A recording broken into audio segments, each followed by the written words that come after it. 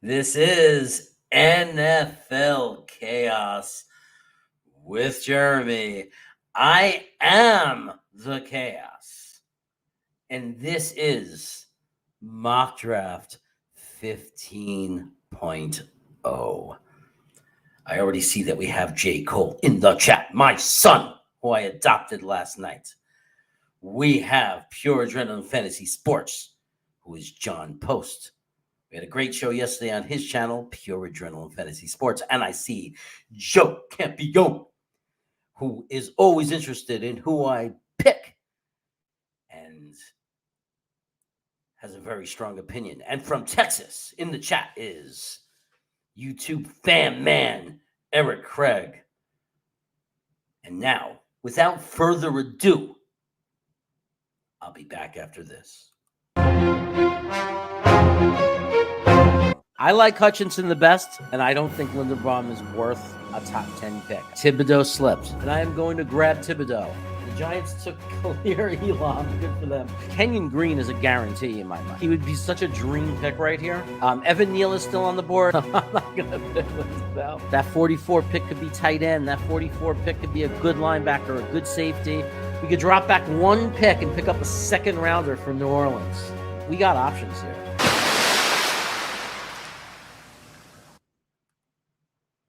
We do got options. Options are a good thing, right? I think it's a good thing to have options. I do. I really do. I believe in that. Options. But anyway, here we are, ready to start our 15th draft. We've done more on the in the other shows per request, but this is the 15th official mock draft for the New York Jets. I'm hoping very soon. I know I keep promising it, but I'm going to get this lagger of a Dallas Cowboy fan on with me. Also, I'm very excited to announce that I have a Raiders fan friend who is also very into hot sauce, and he has agreed to eat hot sauce and punish, we're going to punish ourselves and eat hot sauce and do a draft without any water, cold water, milk, what have you, in pain. And we're going to both do our team and see how that goes. He has a little bit of a higher tolerance than I do, so I'm a little nervous. I want to welcome Ant Jets 82 in the chat. Thanks for joining us. We already talked about J. Cole and Eric Craig and Joe Campione. I say Champion all the time by accident because when I see that name right away, I think of my old sweatshirts and hoodies from Champion. And we have Mess in the audience who needs to know right now, right off the bat, what's on the menu? Beef chow fun, no vegetables. That's right. Because I'm not allowed to have anything healthy in my diet. No vegetables. That's right, Ant Jets. Rich Samini, Schmuck, Putz. Anyway, here we go. We are going to be ready to start the draft. Tom Bon Jovi on a steel horse. Something and whatnot, Frankie likes to say it. And wanted, dead or alive. What is up? My wife is going to order dinner. It's random. I don't know when it's coming. She's just going to pop up here and put down my chow fun for me. Chow fun, because it's broad, thick noodles, which I like. The texture, it's very nice, very nice. Just get rid of those vegetables. I don't like those bean sprouts. And like in California, they're really weird. They put like chopped peppers in. They put all kinds of weird stuff in. It's like, no, just give me the noodles with that sauce, that salty sauce, and the beef, those thin cut pieces of beef. At least we hope it's beef. So we're going to start this draft. I do have a special guest. I do have a guest. I don't know why we say special. I don't know. He's not special. He's just a guy. He's a guy. He's a jag. He's a big guy. He's not. That's the thing. I like big. Like that's why J. Cole's my son. I got my new brother that's going to be with us. I'm going to tell you who soon. But these are big men. I like to hang out with big men. This way, if I'm out and I go out with them to a pizza place, a little Weasley guy with me with a funny mouth, I might get my ass kicked, right? But if I'm with this guy and I got J. Cole there, and especially I got this guy's friends with another guy and another guy that I met him through. With these guys, I could be a jokester. I could have my big mouth running. I'm fine. because nobody is walking through our next guest. Here he is, ladies and gentlemen. Welcome. You know him. You met him a few weeks ago. My newest friend on the internet, Nick Shine, Big Nick. What's up, buddy? You run your mouth all you want. I got your back. I know you do, man. I don't even got to say nothing. I give the look and it's over. My whole life, it's like when I was in high school, like my best friend that I grew up with is a big guy. He's like 6'4", 260, 270. And all of our friends just happened to be like the guys on the football team. Like I grew up in Canarsie, Brooklyn. They played for South Shore High School. And honestly, it's like I didn't even ask for it. Like when our group, when we got into it, usually over girls, right? Always. With another group of guys, it's like source of all trouble. Yeah, one of my friends, Jason, like one time they were like coming up to us on the sidewalk. We thought, okay, this is it. All of a sudden, someone grabs me, pulls me back, and throws me in the back and says, "You stay back there." Like they won't even let me fight. Like I was ready. They won't. That was me. I was always the protector. It's like because I'm the smallest one. I'm the clown. They know I'm not the fighter, and it was like they were so protective. They were like, "No one is touching you." Like they'd rather take a hit than let me get hit. So I've always been lucky like that. I've always had guys that had my back, which is smart. good. It's called smart, not lucky. It's smart. Yeah. I make people laugh, and then in return, they protect me. It's a good deal. That's it. It's the key to life. Yep. So Eric Craig is greeting you. What's up, Big Nick? As Jeremy. What's up, Eric? As Jeremy was building up this discussion, I was hoping it was you. Yeah. So you know the friends I was talking about. I was saying first I said he's big, so that was a clue. And then when I said I know you through a friend or a couple of friends, I guess he figured out Jimmy and CJ. So yeah. So I don't know if you heard, but I got some chow fun coming. So at any point, that's my son's with me now. We just got in the door, and the pizza guy was just calling. I gave him his number so they don't call and interrupt the show. And the delivery guy's calling to say he's outside. So that's what that little disruption was. Okay, well, this is a food. We're doing a little Sicilian with extra cheese tonight here in New Jersey. Oh, I love it. I love that you're getting extra cheese. That's always. Where do you live again? It's worth the $3 because if you got the guy who's being stingy, you want to go wring his neck. Right. Where do you live again? I forget. I'm in Woodbridge Township, New Jersey. Woodbridge, okay. I'm in Avenel. Woodbridge is connected with like Staten Island. Yeah. Where Danboy is, we're like right there. Yeah, so a lot of my friends from Brooklyn moved out to Tottenville. So we would jump right over the outer bridge.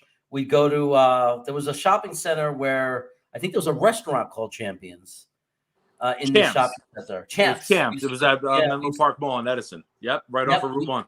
Yep, we used to go there all the time. That's a good place. And now it's like Havana Cabana or something. Oh, really? It's Latino. It's good. I went there birthday shopping for my son a couple of years ago by myself at like 1 o'clock on a Tuesday. I was fucking ripped by like 4 o'clock. I had to get the Uber to go to his house. I'm like walking in the door. They're like, "What happened?" I was like, "Fucking sangria, endless sangria." Wow, that's crazy. That's good. No, that sounds good because I like that kind of thing too. Me and my wife used to go to there's a restaurant in the city. If you go on Sunday, it was a Cuban restaurant, but it was Sundays they did brunch and it was all you could drink sangria and they had like 6 different flavors. It's dangerous, man. And then people got lit. If you get the right sangria, sometimes they water it down. It's like leftover from Saturday night and they just put more ice in it and water it down. But if you're getting fresh sangria on a Sunday morning, oh, that's dangerous. Dude, they would have to have people like calm people down because people would get on their seats, like stand up on their seat. Like people would get so drunk. Wait for the napkins. Yeah, and it was attached to a hotel. So it was like people would, it was always sold out. Like you had to do it like a month in advance. And it was like, and people would come from other cities. It was a pretty known place. My wife will probably put the name in the chat eventually. But like, I think it just recently closed and we were kind of bummed. I brought my brother came in from California when we were still living in the city and we met him there and he couldn't get over it. He was like, all you could drink, there's no catch. I go, as long as you have food in front of you. So we would literally, like when we were running out of food, would order like another side of like plantains just so we could keep getting sangria. Nice. I'm going to throw something out for any of our New Yorkers or people who love to go to Little Italy. Puglia's. If you know Puglia's and you know Jorge Buccio, Jorge sings and he's got the belt and the belt buckle is Jorge. on Oh his my belt God. buckle. It's fucking fantastic. It's the greatest time, man. When you go there for an event, you don't even care about eating. Like Jorge Buccio singing songs. Oh, it's fantastic, man. It's the best place in the world. Apparently, Adam Y2K99, who is my new partner in my Wednesday show, Wacky Wednesday. We'll still have guests, but he's going to be like a regular. He's going to be a part of the show Nice. with. He's a really good at stats and facts and things like that, and looking things up, which is good because that's not my thing, right? But like us guys like us, we just like to spit stuff out and talk. So he backs kind of things up, and he'll either say, "Well, actually," and those kind of things. So it's a good partnership. Oh yeah. So here's the name, by the way. I told you my wife. I know she's always on it. Calle Ocho was the name of the Nice. place. Oh man, the food was great too. Private. Thanks for letting me hang out with Jeremy tonight. She has a high tolerance for this. I mean, she sees the channel building up. So she's gonna what is she gonna say? Like if I still had only 50 subscribers and I had 2 people watching, she'd be like, you know what? Get down here. We're watching a movie. But now, she sees the channel building. Stop living the Titanic. We're gonna watch the Titanic. She's now more crazy about it than me. She's like, oh, that's good shit. That's a good partnership. She's saying things to me like this.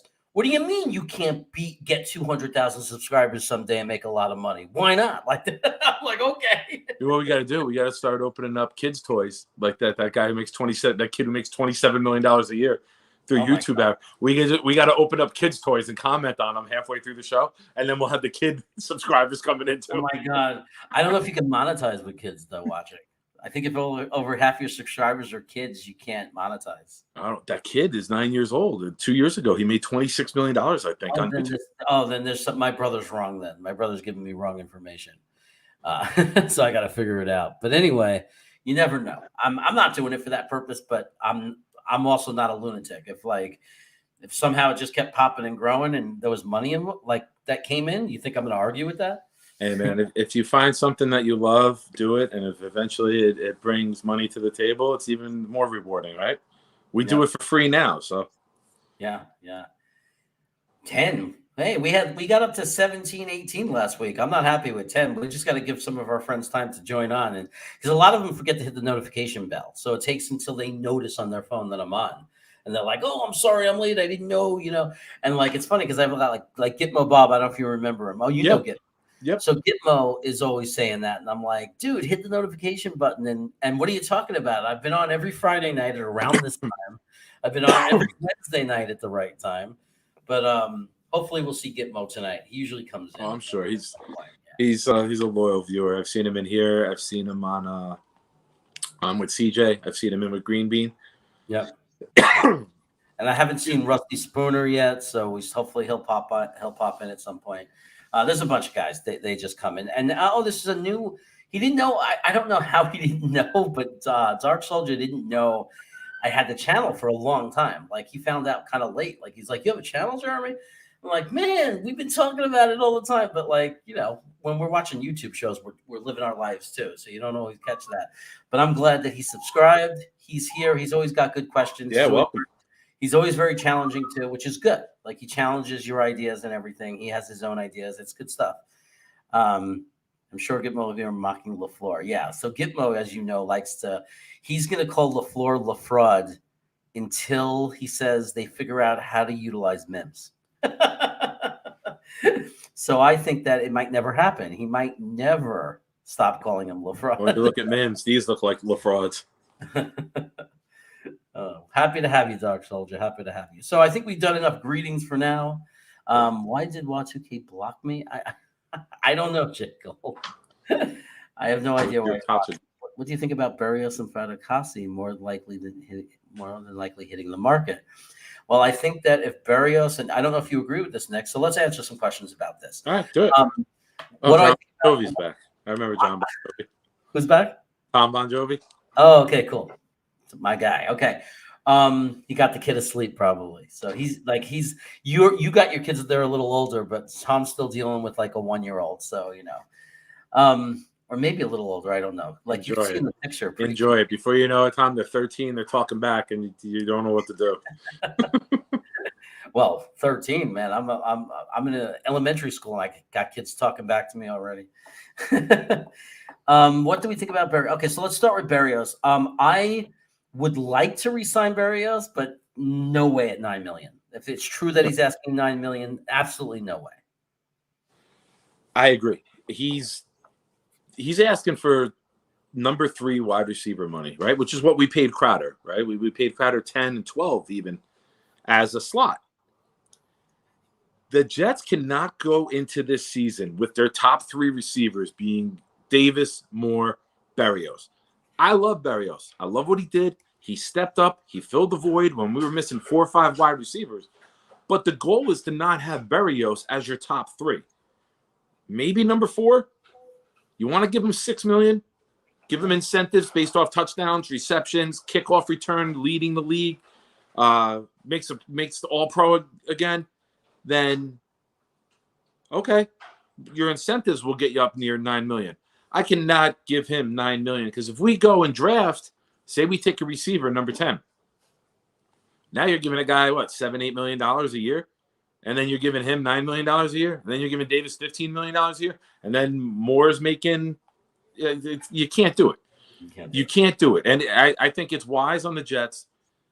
If he wants to go $9 million and get slot money, go get it, man. God bless you. Good luck to you. Thank you for all you did here. You're a good dude on and off the field, but there's no way I can give a guy $9 million and be the 4th wide receiver at best, because a lot of fans want to draft a receiver and sign a veteran free agent.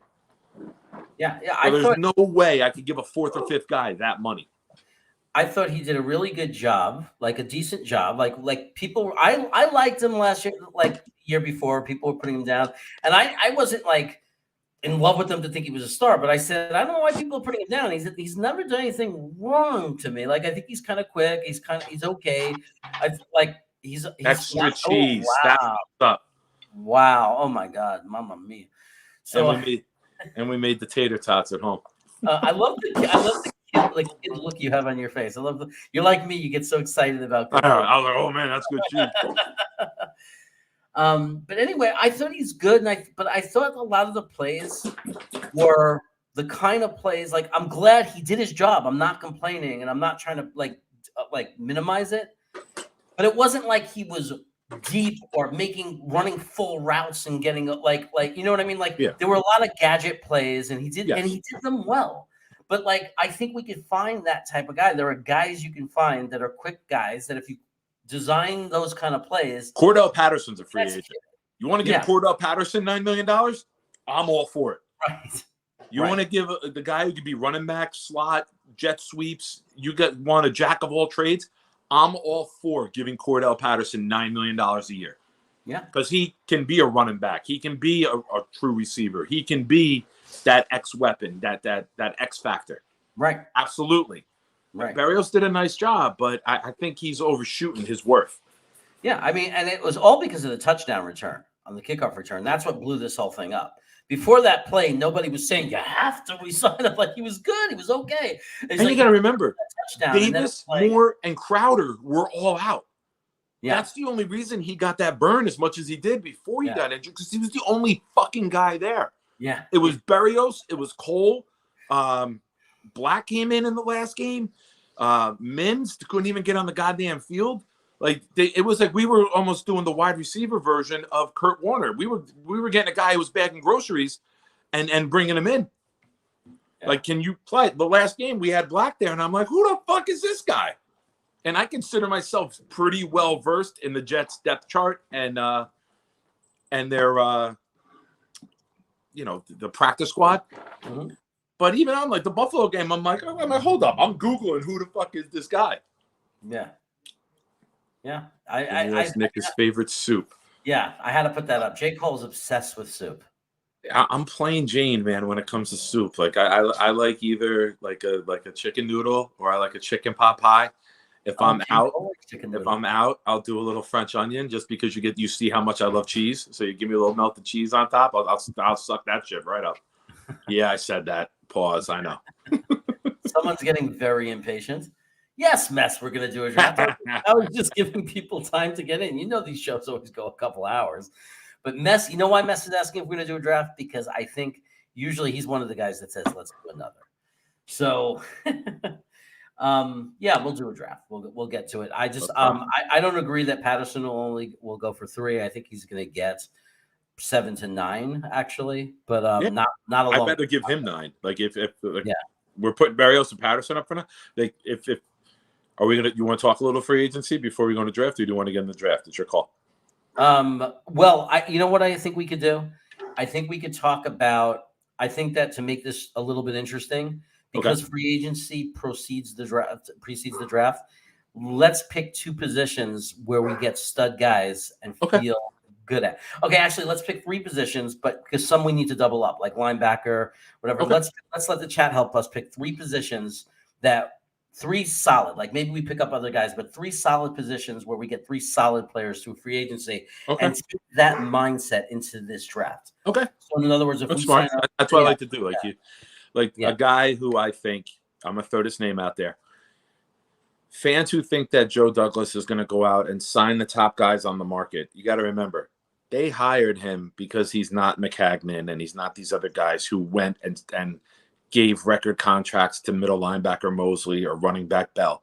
He finds the gems. He finds guys who will fit the system without breaking the bank. And a guy who I think has speed, it's a good receiver, fits the West Coast mode of catch and run. A guy who I think that could be a sleeper that we go after is Christian Kirk from the Arizona Cardinals.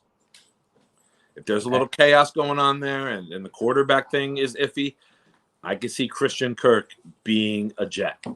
I could see Joe Douglas going and getting him and still taking a wide receiver because you're not getting your elite guy, but you're getting in a great system, catch and run type of receiver.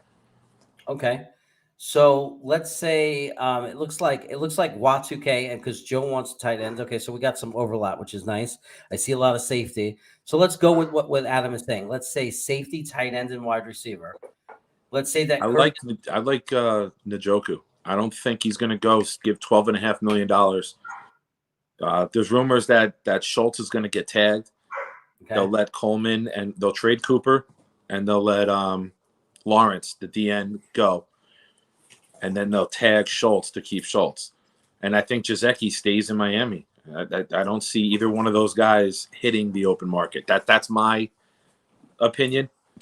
Right. I think I'm based on availability. Realistically, if we're going to sign like 3 $10 to $14 million guys that cost in that range, and those are our 3 big signings, I think it's realistic what Adam is putting up there: safety, tight end, wide receiver. Right. And maybe Kirk is like the $10 million. Do you think he'll make like 10 million, or do you think it's less? I could see Kirk getting 4 for 40. Okay. That's a second tier, right? Davis got like 14 million, right? Or 15 million, 3 for 45. I think Corey Davis got. Okay. I could see Kirk coming in 4 for 40, 4 for 44. Okay. So we're going to go with that. Safety, tight end, wide receiver. That's who we've signed. So now let's pretend free agency's over. We got a really good safety, a $10 to $12 million safety, a Njoku or whatever, a really good tight end that we can trust to be our tight end one. So let's say Bates, Njoku, and Kirk. Right, and we got a guy who's not a true wide receiver 1, but very solid with Corey Davis and Elijah Moore. Complementary, right? Which is more important than a true number 1. Right. You name the last elite wide receiver to win a Super Bowl. It's guys who complement one another. It's the core. It's the sum is greater than all the parts, right? Yep. And so you got a guy like Elijah Moore, you got a guy like Christian Kirk, you got Corey Davis, and say we have Berrios still as the 4th. Okay, and now we go into the draft with that in mind. That's where we are. Let's rock, bro. And I fully expect. Listen, I'm 43 years old. I'm diabetic. If you guys got to make fun of me for putting the reading glasses on, go ahead. But I'm doing this on an iPhone, so I need to zoom in. Dude, I'm 51. You know what that means? I got the glasses and I still. You got the telescope? I still can't fucking do it. Okay. No, I mean I got the glasses with the reading part, but since it's all in one, it doesn't. Oh, you got the bifocals? Yeah, I mean, I get the bottom part is for reading, and I got everything. They turn it to sunglasses. I get all the features. Oh, nice. Okay, so here we go. We got to remember that when we make these picks now, everybody. Okay, we did not in free agency. Look, here he comes. I told you he'd say I'm late again. You got to hit that notification bell, Bob. You didn't miss anything. We're just starting the Perfect draft. timing. Perfect timing. We're just assuming that we've signed a tight end, a safety, and a wide receiver, with 10 million plus money. So we got 3 solid guys. Okay, so let's keep that in mind. We haven't addressed offensive line. That means, right? We haven't we haven't addressed linebacker. So there's some things we have not addressed, but we have to go in with that mindset. Right. I'm gonna Are hit we let's draft. taking trades, or are we doing this flat out where we pick?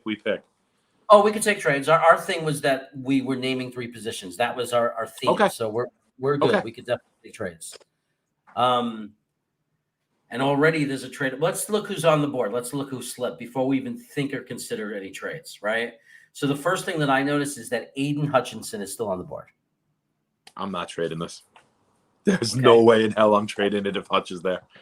Yeah, so that's me. That's my preference. I know we'll see what the chat says, but that's a dream scenario. Yeah, and I usually let the chat run the draft, like the second draft that we do. I usually do the first one with the guests. Like we do it, we'll look at them, we'll look what the chat says, but we decide, and then we could do another chat. We could do another draft where the chat decides.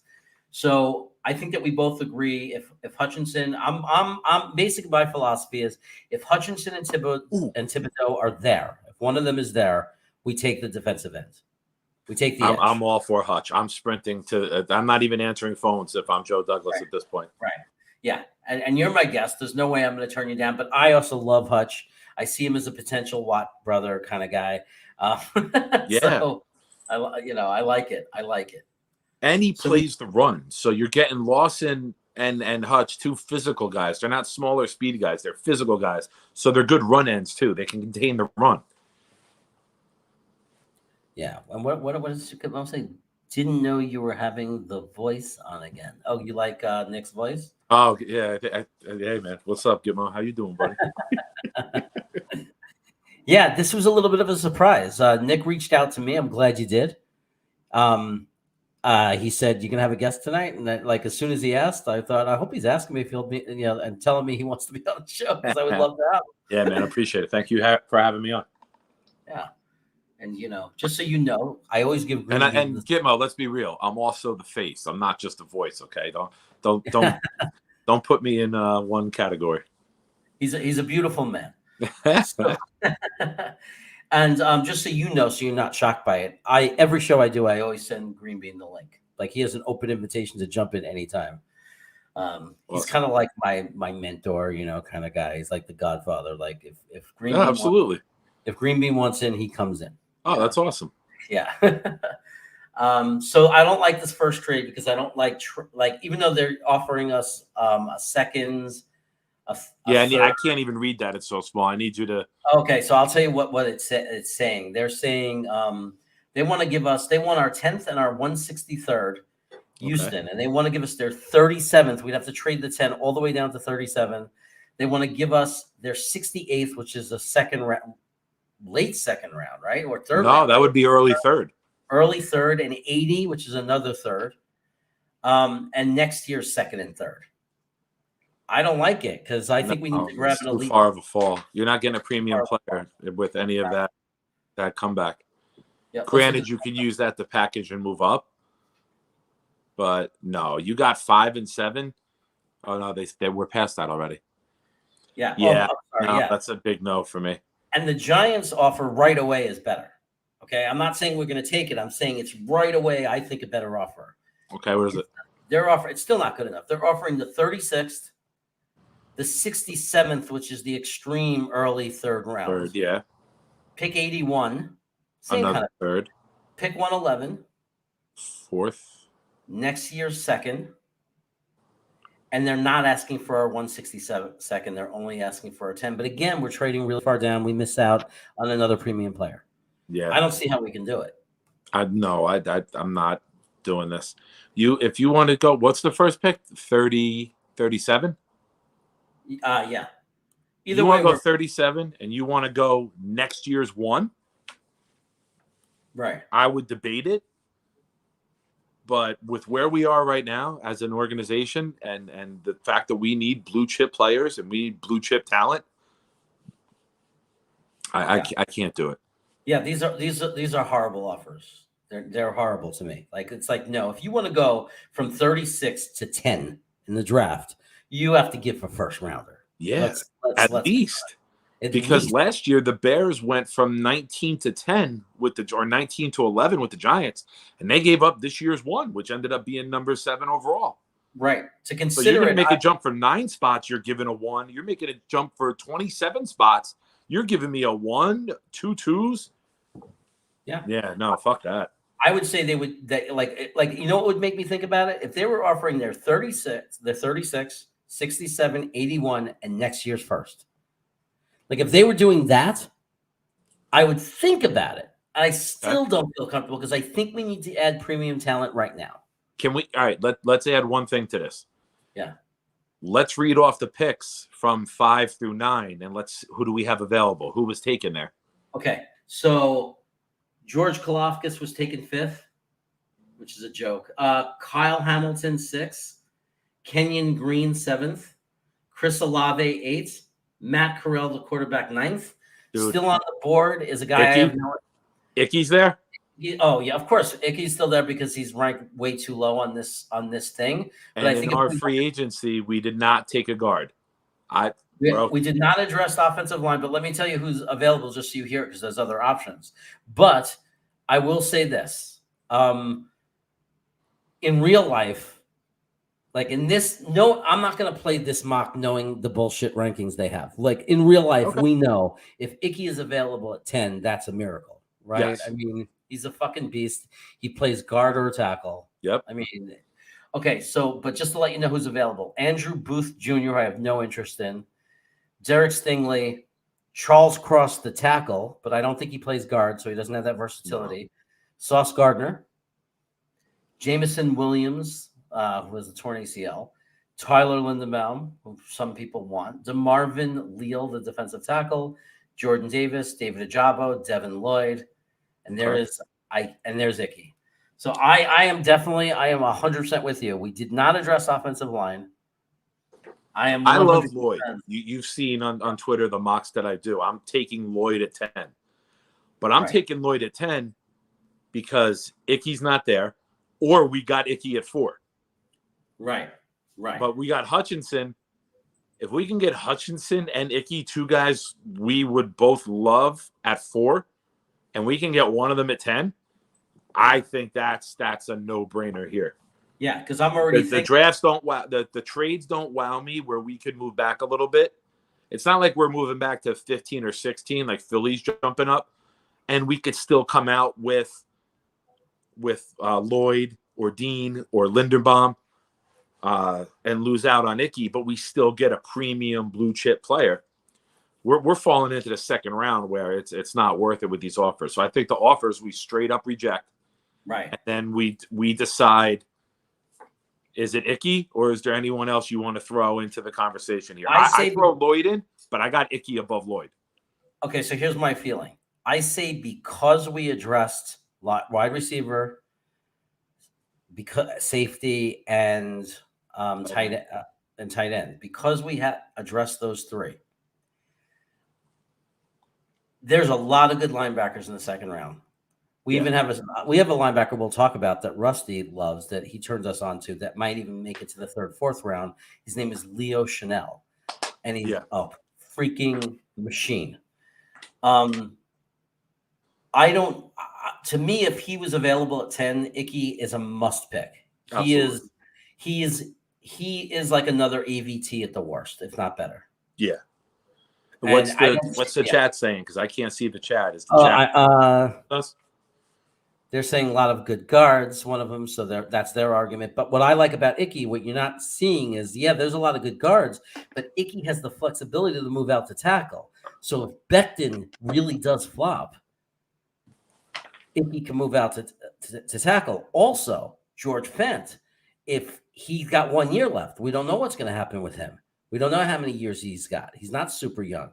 So, I mean, you got a guy who could also be that tackle of the future. Maybe he plays 2 years at guard, and then you get him for the rest of his career at Yeah. tackle, and he's good at either one. So I love Vicky here. I mean, I would be okay with him taking him with the 4th pick. That's how much I like him. You know, Yes. there's no other guy here I'd pick with the 4th If the pick. top 3 goes Neal, Thibodeau, Hutchinson in any order, I think Icky's the pick.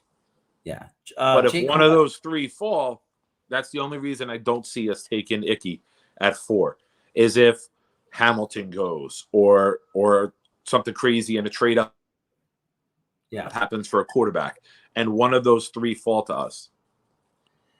And I, you know, the way I feel about it is also, yeah, I mean, because J. Cole is saying, you know, Sauce Gardner. Look, I love Sauce Gardner, but the truth is, if we want to get a quarterback and a cornerback in the draft, I don't think there's a huge percentile difference of a guy like Kyler Gordon or a guy like Mccreery hitting and being a really good CB1 to Sauce Gardner. Like, I love Sauce Gardner. I think he has a really good chance at being a dominant cornerback. But I think there are guys we can get in the 2nd or 3rd rounds that also have potential to be a great cornerback. So I think offensive line, man, is it's like, and I think it's what our guys will do because it's about winning in the trenches. They said it themselves. We got Hutchinson. Let's bring in Icky. We just what they said. Win in the trenches. Well, now we added a freaking premier edge. Carl Lawson's coming back, and then we stick Icky on the other side of AVT. I mean, what could be more beautiful than that? I'm all for it. Yeah. Let's play best case scenario, right? Best case scenario is Becton responds to the match being lit underneath his ass, comes in great shape. Doesn't matter if you put Fant or Becton left or right. Personally, I think Fant at left tackle, I think it's his to lose because he already played at an elite level as a pass blocker. You put Becton and you put Icky on the right side, and now that's your run side, and you got AVT and Fant on your left side, which isn't too shabby either, right? You're building that bully 49er line of we are just going to run it down your goddamn throat, and you ain't going to be able to do a fucking thing to stop us. Yep. So you look at what the 49ers and what their plan was offensively. Now you're in a position where you can be the Broad Street Bullies. You can be the team where we run it 40 times a game. We might score 17 points. We're only going to give up 10 because they don't have the goddamn ball enough. Yeah.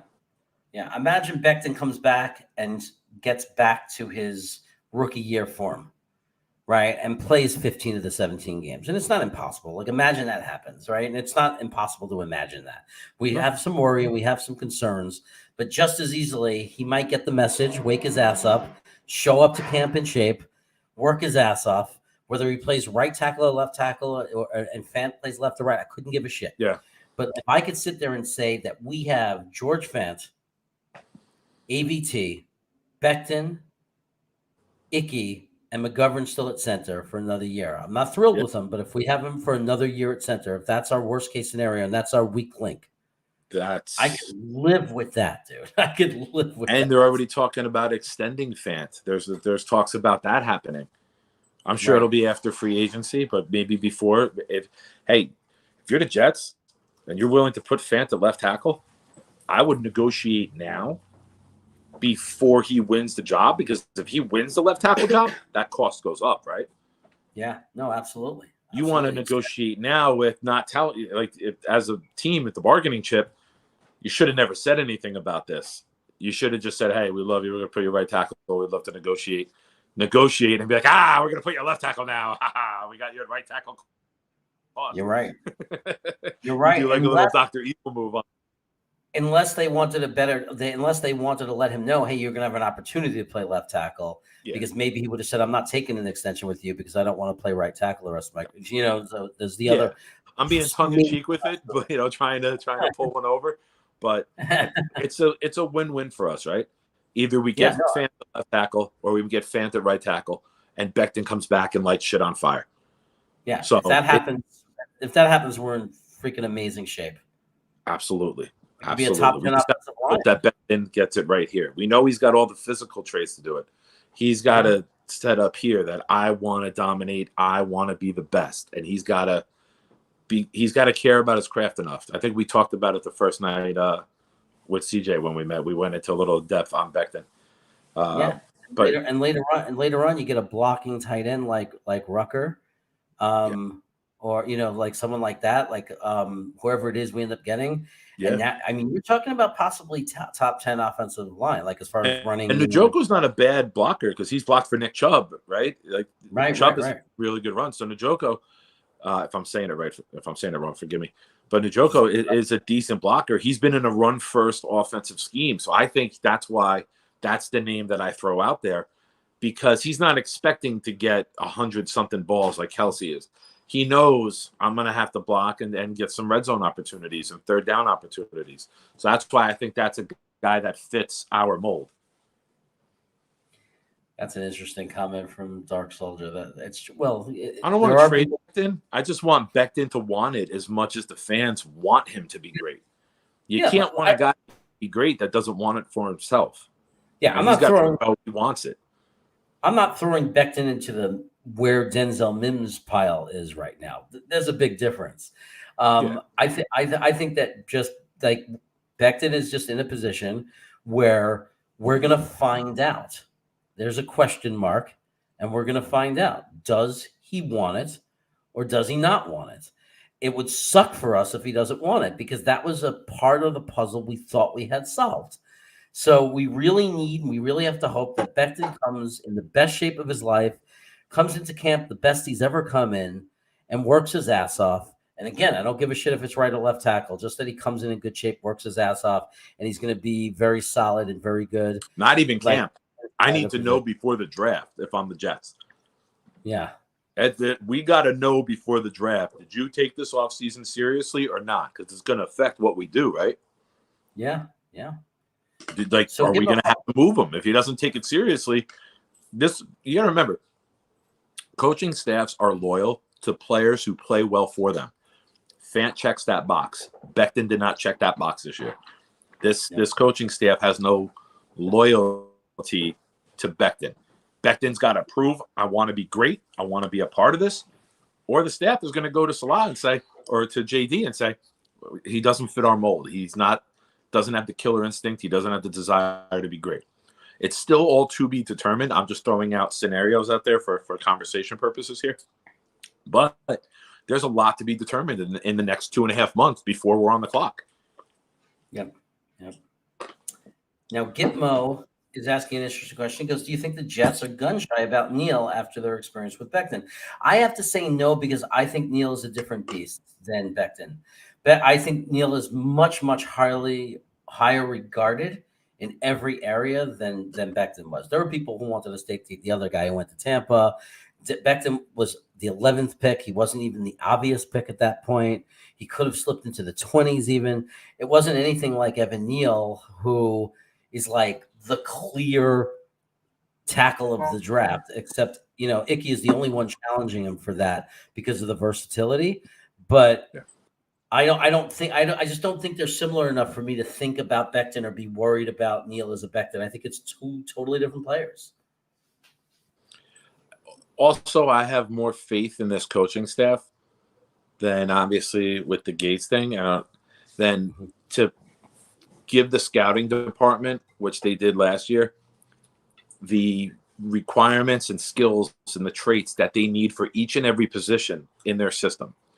So it's easier for the front office. That's why I think this last year's draft was so successful, because how in detail the coaching staff was with the scouting department to able to eliminate players or check, these are Jets. This is what we want in a New York Jet. So between the staff and the scouting department, I think I have a lot more faith going forward after last year's draft than any other time since Parcells was basically making the picks. Right. So I don't think the past has anything to do with the future, because it's a new day with the attention to detail the coaching staff and the scouting department will be working under.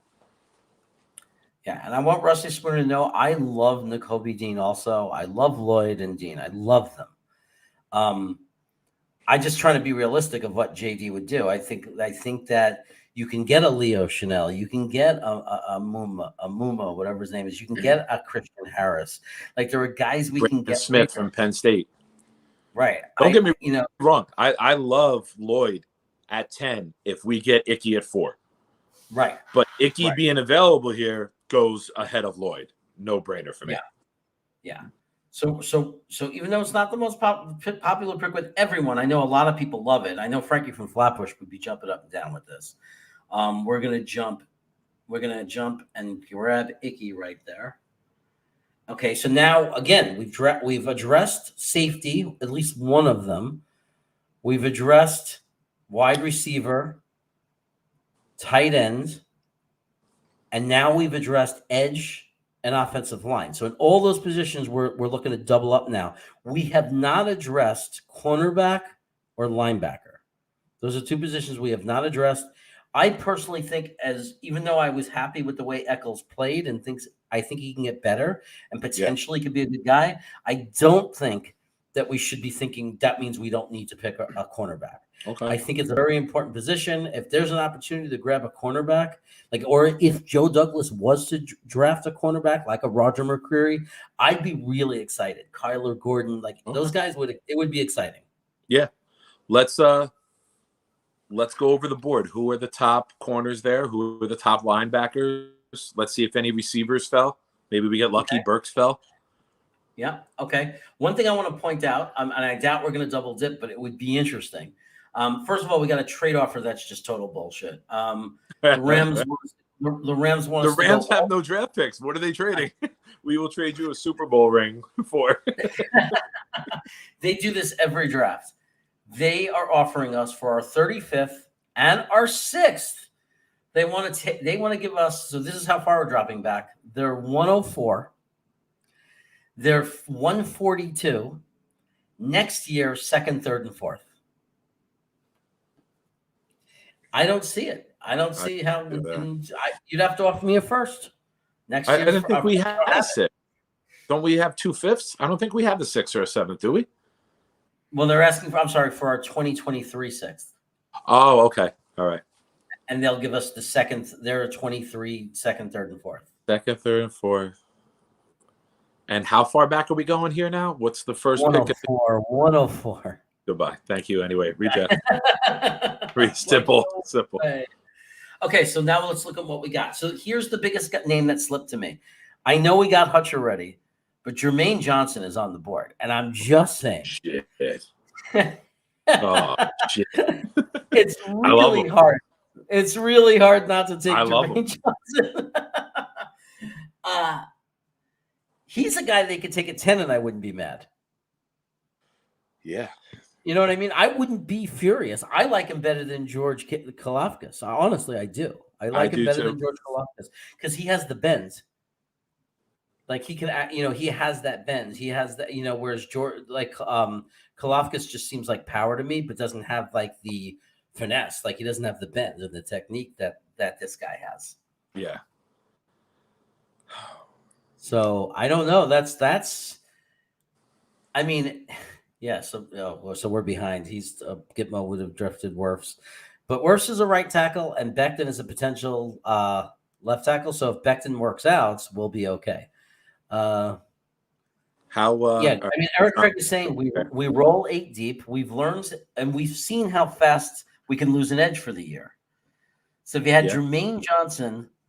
And Carl Lawson has question marks. Anybody who I don't care about others, anybody who blows out their Achilles is a question mark. Okay. So it's not crazy. It's not. It's not crazy. But let's look who else there. I don't have an issue taking him. Let's go through the other positions and see if anyone else jumps out for us. How are we looking at cornerback? So cornerback is a guy that some people have us taking at 10, and I think they're absolutely out of their one of the Washington corners. Trent McDuffie. They're out of their minds. Like ESPN, one of their guys has us taking McDuffie at 10. I think that would be like Adam Gase shit to me. Yeah. That would kill me. Any other names worthy there? Okay, so Darion Kendrick. I don't know a lot about him. I'd have to look up Darion. I'm a Georgia fan. He's not a bad player. So here are two that I like best. Roger McCreery from Auburn. He's still there. He's still there. He's a beast. He could be a first rounder, I think, late 20s. Agreed. Also, not as popular. Like nobody has this guy ranked in the first round, but a lot of Jet fans, for some reason, I think Rusty got everybody on this guy's thing. Kyler Gordon. Okay. From Washington, and he is very good. Like when you watch his highlights and tape, he's like insane. All right. Oh, so Spooner's got to go early. Thanks for coming, Rusty. I appreciate it. Take care, Rusty. Okay, so Kendrick is a no-go. Kendrick is a no-go because he had an issue with the law. So that's it. That eliminates him. I think he got accused of something at a college party. I don't know what's come of it, but I remember him and the defensive end. So here's what Gitmo says. Take him because Lawson is no guarantee to be healthy. And he's talking about Jermaine Johnson. And Eric Craig is saying Lawson is no guarantee. We need 2 edge guys. Okay. I could I'm not against it. I just want to do our due diligence. That's all. Yeah. We're just doing our due diligence. How are we looking at linebacker? What linebackers are there? Chad Muma, who passed Christian Harris on the rankings. I'm surprised. Chad Muma, who I think Rusty doesn't like too much. So Muma, Harris, Brandon Smith is there too, right? Yeah, but I think we can get any of these guys later, by the way. Okay. Brian, I just want to make sure that somebody crazy didn't fall out of round 1. Yeah, like neither of the guys. There's like if you would have said Nakobe Dean is there, he fell out of round 1. We just want to check. How about wide receiver? Anybody fall out? Let's look. David Bell, but he was expected to still be there. Yeah. Jahan Johnson, who was expected to still be there. Romeo Doubs. George Pickens on some people's board is sneaking back. No, he's not here. Not right now. Yeah. John mentioned over there. They're all far down there. They're all guys. You know a guy that I love. You saw my mock today.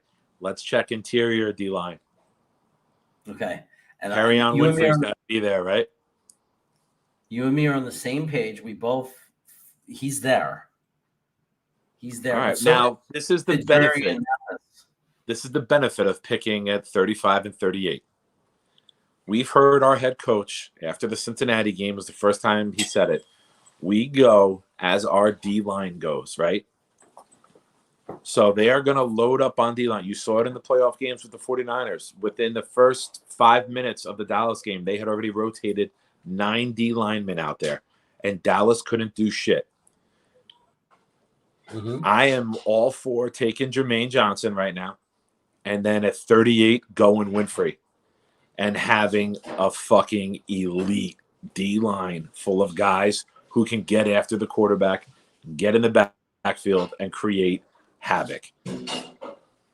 Okay, and we'll still have picks, and if we missed on Winfrey here, if we miss, and let's remind everybody, this is based off hypothetically getting Njoku and Christian Kirk. So we already got some weapons for Zach. We're not leaving Zach out to dry. We got some good veteran players coming in. So our top 3 receivers would be Davis, Kirk, and Moore. We have Njoku at tight end. And if we miss, there's still for defensive tackle Devontae Wyatt, Fedarian Mathis. There's quality guys. I mean, those top 3 guys are pretty. I always look at those 3 guys that are in the second round. They're all potential guys who could be an answer. But I agree, Winfrey is clearly the best out of them. Huh? Yeah, put my clothes. Give me 1 second. My son's going to lay down. Just give me 1 second. Okay.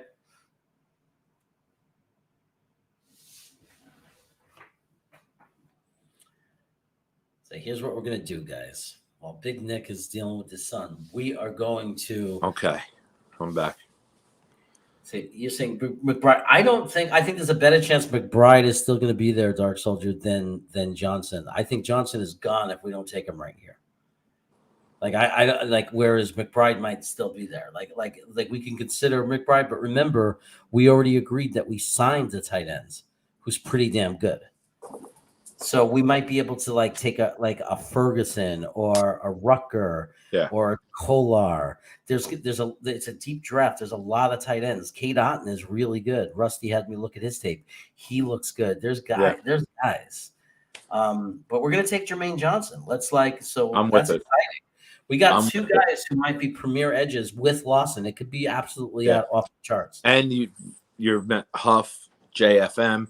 We got dogs now who can get after the quarterback. You can move JFM inside on passing downs with him and Quinnen, and you can rotate the other guys. Okay. Now here's going to be a tough decision for you, Nick. Okay. This is where it gets What we got? testy.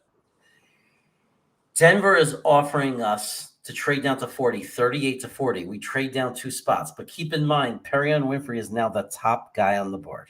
Okay. Okay. So he's top on the board. Okay. Now, Denver could be going after Malik Willis. It's very possible because he's like the 3rd guy on the board. What did Denver do in the first round? Did they take a quarterback in round 1? Because I thought I remember you saying Matt Corral got taken. Can we scroll back up to see what they did at number 9 overall? We absolutely can. So let's look at what Denver did. I think go back up. I think they took Corral. Keep going. They're right before us. Well, they took Matt Corral. You're right. They're not trading up for a quarterback. They're probably trading up for Perion Winfrey. So what's the trade? What's the So this is going to be very hard. Because this is pretty good because we're only going down 2 spots to 40. Okay. And this is what we get back. And remember, Trey McBride is still on the board. Christian Harris, Chad Muma. There's lots of still there, right? Mccreery is probably still there because I think he's further down. What's the second pick that they're offering? So this is what they want. They will take our 146 and upgrade us to 96. So we can move our 146 all the way up to 96. So the end of the 3rd. So then we'd still have 2 2s. We'd have 2 3s now. We'd have 2 4s. We would move up 50 picks. So 50 picks is a round and a half. Like it's big. It's big. For 2 spots to move up 50. But I'm with it. But you might lose Perion Winfrey. But there's, like I said, there's other defensive tackles. Is Wyatt still there? Oh yeah, Let's go to the interior D-line. They're further down. They're further down. They're there, and they're going to be there. Who are the top after Winfrey? What's the next couple names? They're going to be there in the 3rd round probably, and a lot of people, like one of these 2, Devontae Wyatt or Mathis, will be there in the 3rd round, and a lot of people feel very strongly that we should not take a defensive tackle until the 3rd round.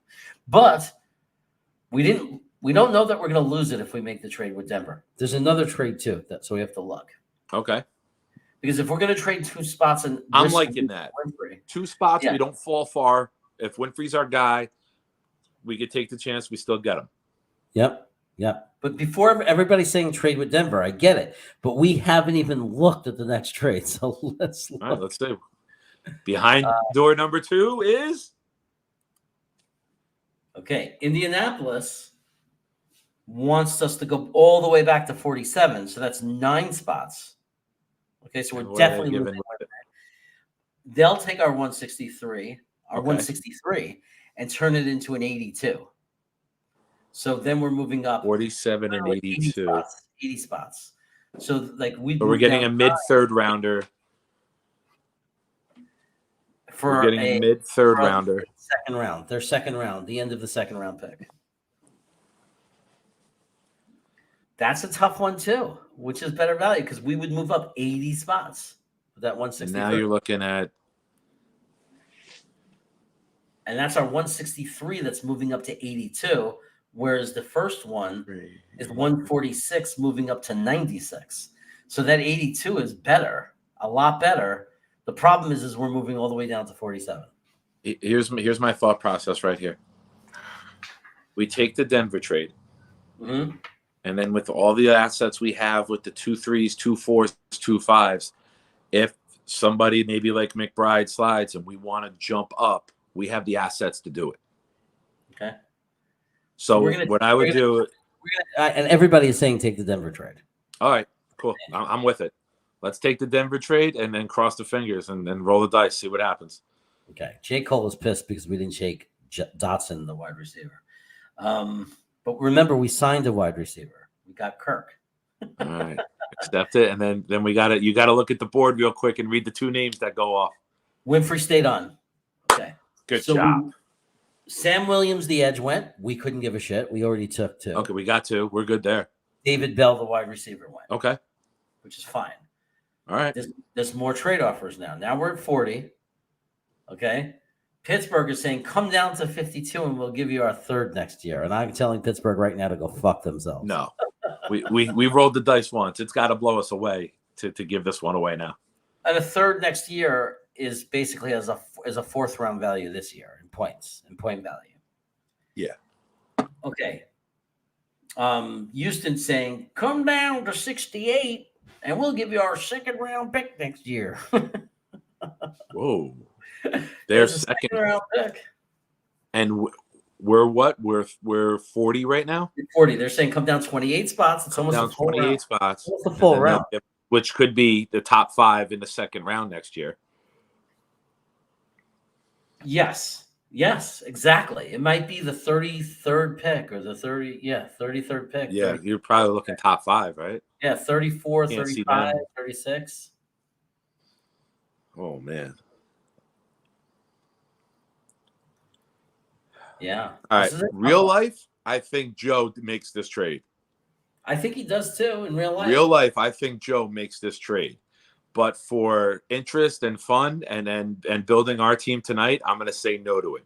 But a top 5 pick in round 2 next year, potentially, which realistically, you're looking at Houston up there, right? Unless Davis Mills turns into Tom fucking Brady. Yeah. I think no, because let's get Winfrey. So we can brag about the great draft that we had. But real life, I believe Joe takes this trade in a heartbeat. Yeah, no, I agree 100%. The Houston trade, not the Steelers. Right, because we haven't offered we haven't gained any capital for next year, and that's very unlike Joe Douglas. Yes, but that scenario right there, if that comes across Joe's desk, I think that deal gets done. He would take it, and he would take like a Leo Chanel at linebacker. Like he'll find one of those guys. Yeah. And then we would feel okay about it because you know how it got like last year. We would get it. They're going to talk it up, and we're going to get excited whoever we'd end up taking. Yeah. You're right. Like they tried Sherwood and Nazeline, right? Those were the guys they took who were safeties that they were going to convert up until. Hey, Green Bean, what's up, buddy? Green Bean, I'm Big Nick who tags you in my mock drafts online on Twitter. So we're up to 17 people. What Green Bean is pointing out, and we have like 17 likes. So he loves that. He loves that. He's been noticing that. He goes, "Hey man, you're building. You know, I know it's just building up and everything." He goes, "And you think, you want more viewers?" He goes, "But the fact that we have this kind of like ratio that the people I do have like it is a really cool sign. That's a really good thing. Good shit, man. Yeah. So you put good content out there, and people are gonna enjoy it. The magic continues. Green Bean has the link. He knows he's invited to come in here if he wants, but sometimes he just hangs out in the chat. So, Big Nick over here. Yeah, what's up, Big buddy? Nick, man. And Green Bean. So don't go too crazy with the calling me the asshole, making fun of me, because Nick's a big guy, man. Green Bean's not afraid because Green Bean has a story, man. Him and a couple other Jet fans got jumped in Cleveland in the parking lot.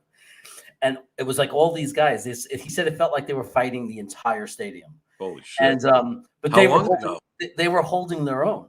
How long ago? They were holding their own. Which game was this? Was this the Baker Mayfield debut on Monday night? No, or Thursday night football. I don't think so. I think it was. Or are we going back to the Jericho Cotchery torn groin diving catch game? Yeah.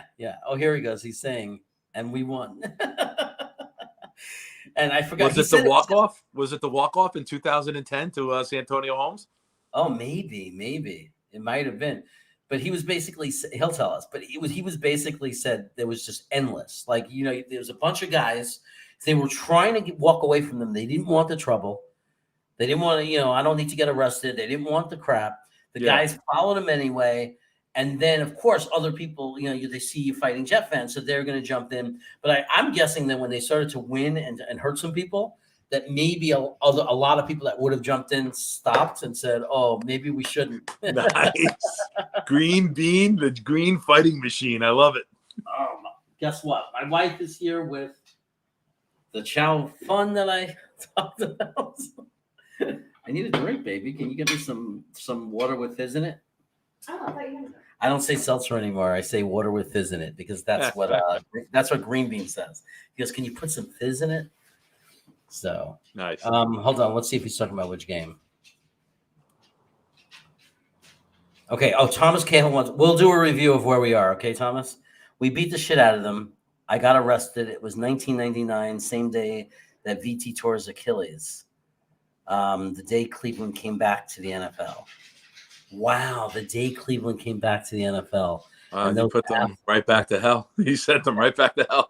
Yeah, so Green Bean, they did it anyway. They were supposed to do no vegetables. I usually say no vegetables, which is going to crack Green Bean up. He goes, "Do you just have to make everything as unhealthy as you possibly can?" But you know what I love about Chow Fun? The broadness of the noodles. It's the texture of the noodles. Nice. So fucking good. So Green Bean is not going to like this if we take Perion Winfrey. He does not want a defensive tackle in the second round, but the value's there. Let's pick 40, and he's 31. Those are really good for me. But let's go. Let's look at what else is there. Oh, first we have to show what we did. So here's where we are. Here's what we've done. A lot of cheese. We got Aiden Hutchinson with the 4th pick, so it's a win right there. Like we won this draft because we got Aiden Hutchinson. And unlike Green Bean, I didn't fuck it up and reset the draft and have to start over. I actually watched that Wednesday night. I was laughing my ass off watching it. I watched Green Bean do it, and he did it with O'Leary, right? Was it Wednesday? I thought did they do a draft? No, I watched it Monday. Wednesday. I think Oh, they you taped it watched earlier that in the week. I Monday. think it was the Monday one. Monday, O'Leary, right? Yeah, I was backstage for that. Yes. And I heard him, and I was laughing my ass off when you were getting the smoke. Yeah. Oh my God, they were blaming me, the motherfuckers. It's because I made the joke. I said, "Oh, it's my fault." So of course Green Bean ran with it. And it's like, yeah, it's fucking Cravat's fault. You know, Cravat. Everyone's got to have a fall guy. Yeah. So J. Cole, you're gonna dance? Oh no, he's singing mess. He's saying hello to everybody. Everybody loves Green Bean. He's a lovable character, man. So anyway, Green Bean, check this out because this is freaking cool. We got Aiden Hutchinson, but check this out. When we went to our 10th pick, Icky dropped. So Iquano was there. We're doing it the way you like it, Green Bean. We're not playing the bullshit PFN rankings. We're playing it as if there's any chance we would get Iquano, we'd have to grab him at 10. So we grab him at 10. And now here's the cool thing, Green Bean. We doubled up at edge because Jermaine Johnson was there at 35. Now, Green Bean doesn't know this, and Thomas Cahill doesn't know this. This draft, we already assume that we have already signed a safety, a linebacker. No, a safety, tight end, wide receiver. and a wide receiver. So we already signed a safety, a tight end, and a wide receiver. Njoku is the tight end, and the receiver you said was Christian Kirk. And then I threw out Jeremy Bates for safety. Yeah. We already took offensive line, Lee. My brother's saying offensive line. We took Ikem Ekwonu, and what's beautiful about him is he is a pro ball guard with like AVT better, more highly regarded than AVT. He's an absolute monster. And he could move to tackle and potentially be a Pro Bowl tackle. So we got offensive line taken care of for now. So we got all these positions taken care of. We feel very strongly about defensive tackle, and the fact that Winfrey is still there. We saw what he did. I mean, he's pretty freaking dominating. So, and we're trying to be realistic to Joe Douglas too, right? Joe Douglas, I honestly believe. Look at our defensive line now. We take freaking Hutchinson. We take Jermaine Johnson, and then we throw another animal on the inside, Winfrey, with Williams. And we got John Franklin Myers. Suddenly winning. Have that defensive line that they cover or convey, or I can't say that word, Kavir, I don't know, so badly. Covet. Covet. I like that you put up your finger, shoot your I pizza. had a block of mozzarella cheese, man. They didn't cook this pie all the way because it's near the late of the night. They close at 10. Mm-hmm. It's like a block of mozzarella cheese on raw dough. I got to air fry it and then reheat it. But when I saw you eat, I called my son out of the bedroom. I was like, go get me 2 slices. Hurry up.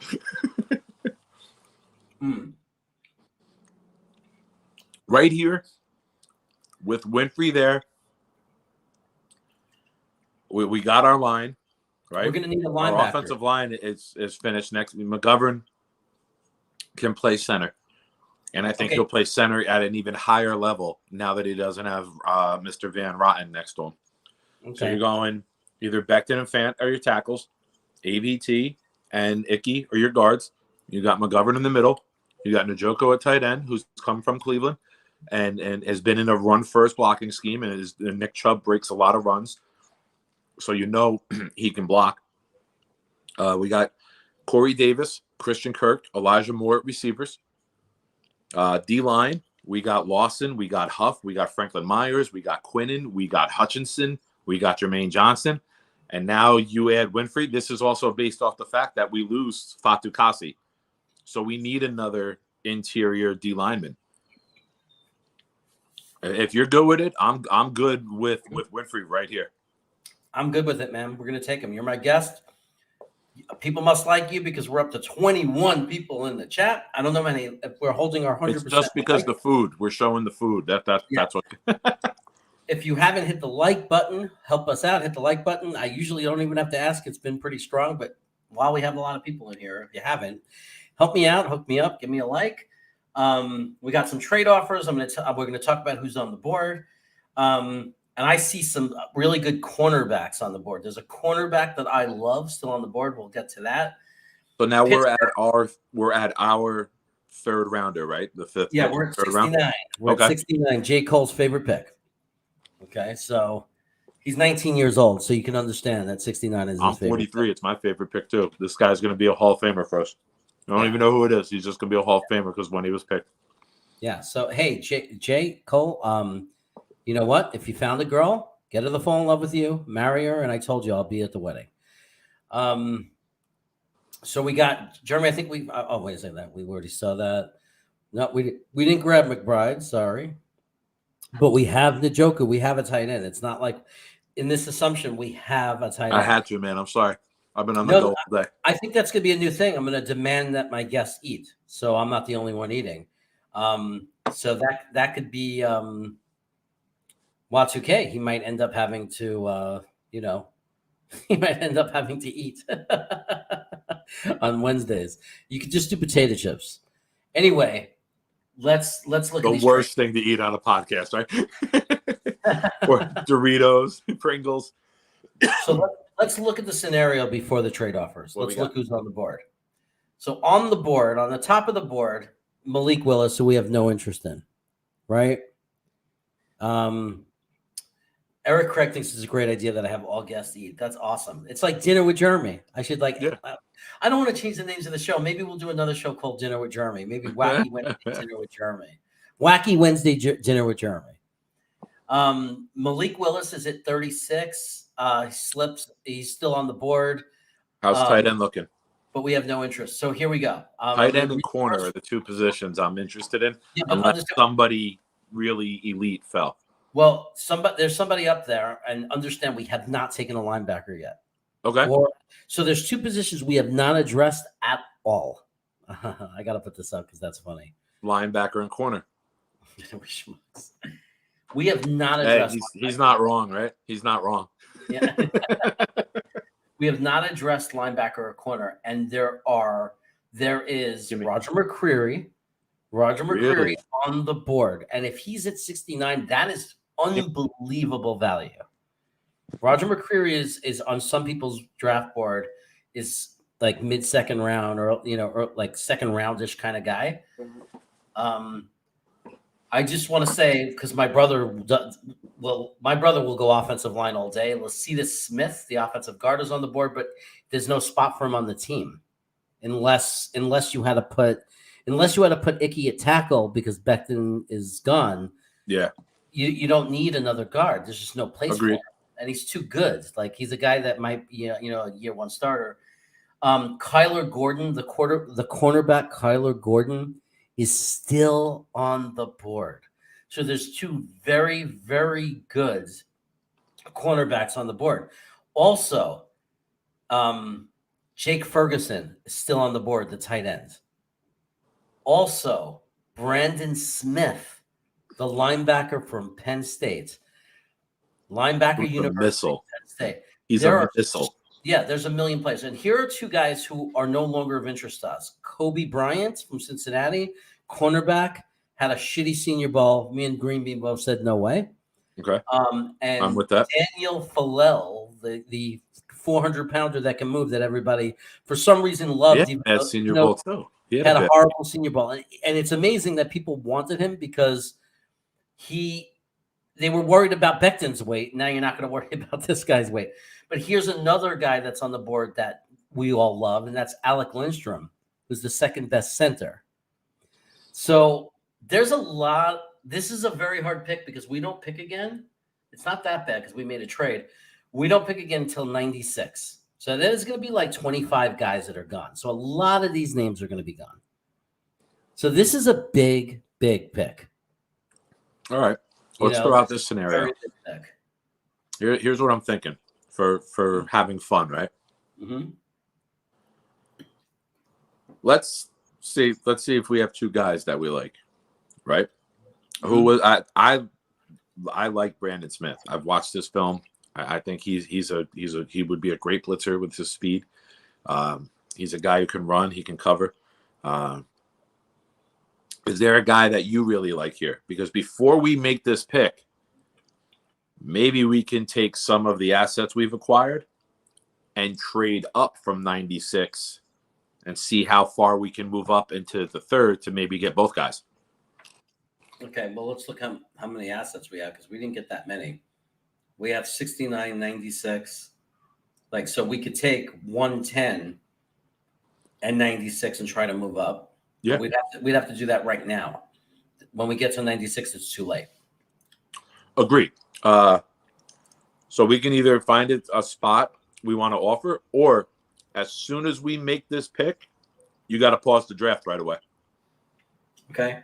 So what we could do is we could say, let's look at a team like. Can you slow the speed of the draft down so it doesn't missile shoot and you could get a slower pick so we have time to pause it without like 10 picks flying by in a second? Not at this point. Okay.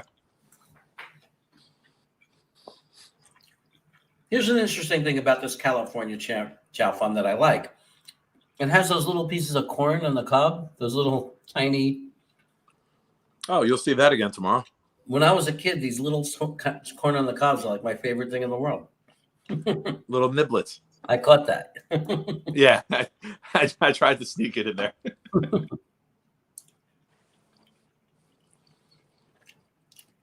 Oh, and we did not take Trey McBride, but in free agency, we signed Njoku or whatever his name is. From Cleveland. So we do have a tight end because we picked 3 players that we signed in free agency first. I'm big on Brandon Smith as well, because I also, for different reasons, not only do I love Brandon Smith, but I also think that linebacker is a very strong need for this team. I think we absolutely have to have it. I would love a cornerback, but that's like a luxury only because I really like Eccles, and I think we'll get a $5 to $6 million cornerback that will be coached up too. Like I think we're going to also, I like Bryce Hall. I think Eccles is going to be a step better because he was a rookie, and typically you get better. Like I think he's going to be a little bit better. Yeah. I think we got a great slot corner in Michael Carter II. I think that we have great depth with Guidry. I think Isaiah Dunn might take a step up and be ready to contribute.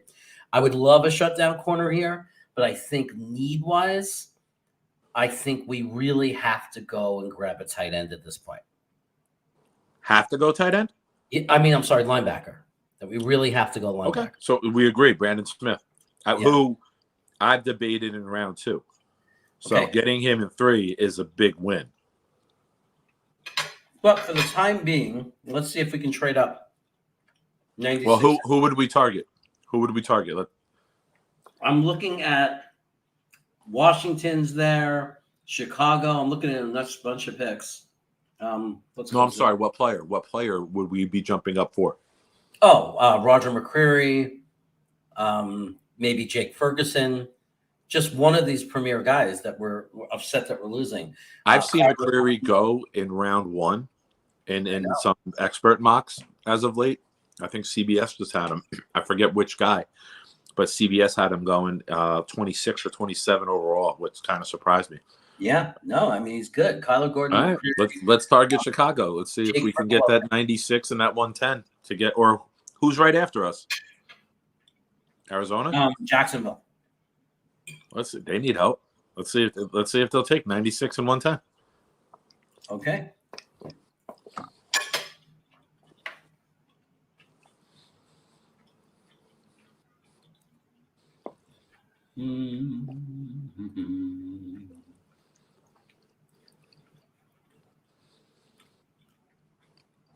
We're going to offer you our 96 and our 110.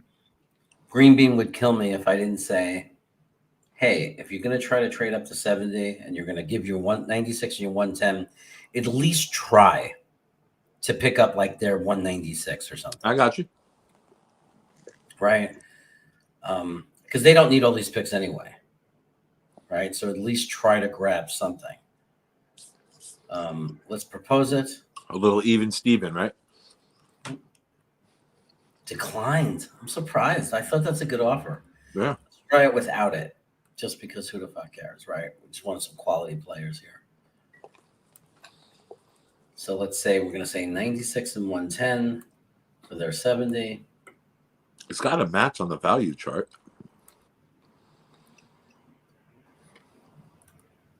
No. Wow. Oh, Okay, let's try somebody else. Go fire another coach in October. Yeah, let's try Chicago. Let's say 96 and 110. We want your 71. And that's it. That's all we're asking for. Okay. I'm surprised. This is good value for them. Like, Wow. I don't think we're being crazy right now, thinking we should be able to get this to happen. Let's try Seattle. We're good at fleecing Seattle, right? Yeah, right. They don't want to deal with us ever again, though, I don't think. Okay. Maybe I'll throw in our 6 for next year. Let's make this happen.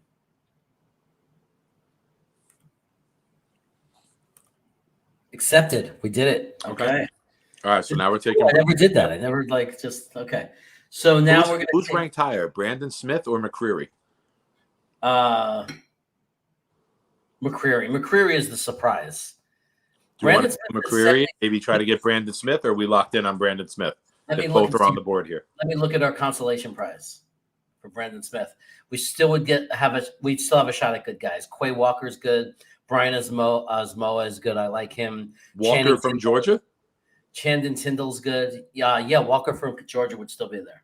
I would flip then. I would say let's take McCreery now, and if we can't get Brandon Smith, we can get Walker. Okay. You go with that? Mm-hmm. We take McCreery. Did Brandon Smith go? No, he's there. He's still there. So lock it in. We lock it in. Boom. Lock it in. Good maneuver. Yep.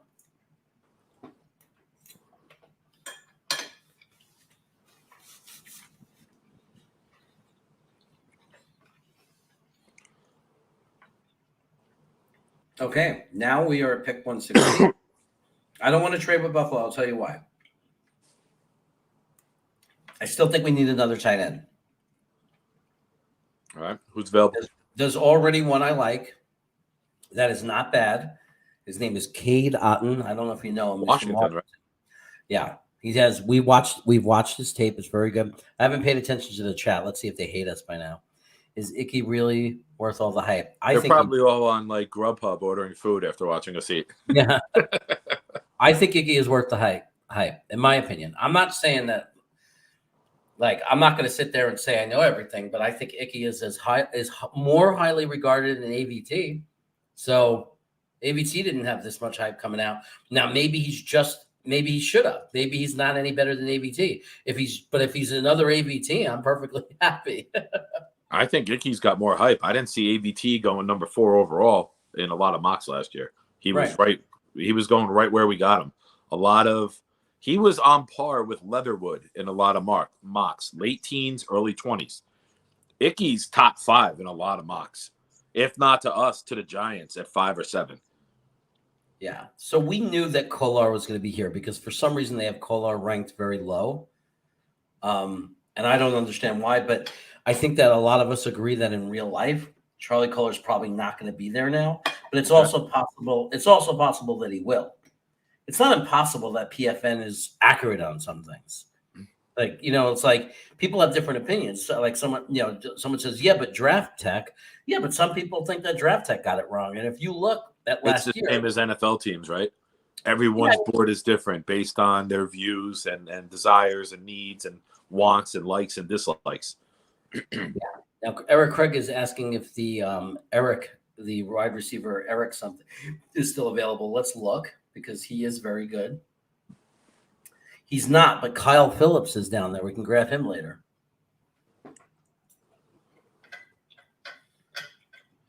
But,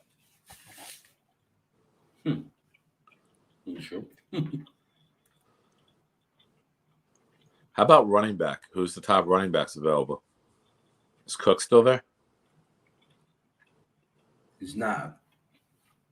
Yeah, he's been going around 4 on most of the PFNs. But, wow, CJ Virgil fell so far. At 329 is TJ Pledger, who had a great Senior Bowl. How many picks? Brian Robinson Jr. from Alabama is still there. Okay. Sincere McCormick is still there. I don't think these guys are worth taking before you would grab a tight end, though. I agree. I just want to see maybe if Jared Cook fell. Yeah. So there's actually 5 respectable tight ends. Okay. Cole Turner had a good Senior Bowl. I was impressed with him. He looked good. Yeah. I like Charlie Kolar better than anyone on here. Where's Kolar from again? Iowa State. Okay. Which is Iowa is. You like him over Otten? Yeah, it's close. Okay. It's close. Otten is really good. He's very underrated. Like a lot people don't talk about him enough. But I like Charlie Kolar better than Otten. Yeah. Do it. Pull the trigger. No. Now, when you consider the fact we got Njoku also, it's really solid. Like Joku. And how many picks do we have left? We're in the 5th round now, so we should only have 2 left, right? Or did we get more back? Yeah, because we traded and gave one away. So we only have 1 pick left, 163. We could change that and go down 6 spots and pick up a 219, which to me means kicker. Is Dicker still there? The kicker? Dicker, yeah, that's his name, Dicker. Oh, he's still going to be there. This mock never has kickers go. I think Dicker is further down. Hold on. They don't even have him ranked in the top 800. Really? Yeah. My dream is to hear, like, on a kickoff, he gets knocked down, and the announcer has to say, Dicker down. That's my little audio highlight that I can't wait for. He pulls a hammy. Oh, no, Dicker down. I mean, Cade York and Andrew Mevis. So I got to tell you, at this part of the draft, and let's look at the big board. I don't see why not. Like, why not go down a few spots? No, like, I don't know who they want, but there's definitely. No one I'm in love with. I've always said for years, the more lottery tickets you have in the lottery that is the NFL draft, the better off you are. At this point, you don't know if you're finding a game-changing player, but if you have 2 choices, you have a better chance of finding that game-changing player, you know? Yeah. So I say we take the trade because we want the 219, right? because we And want how far are to we going back? $6. Oh, yes. Nothing. It's Yes. nothing. We're still going to get the guy I'm going to try to sell you on. Okay. So now I'm going to try to sell you on this guy because I don't know if you watched this video that I did. Oh, no. Did he go?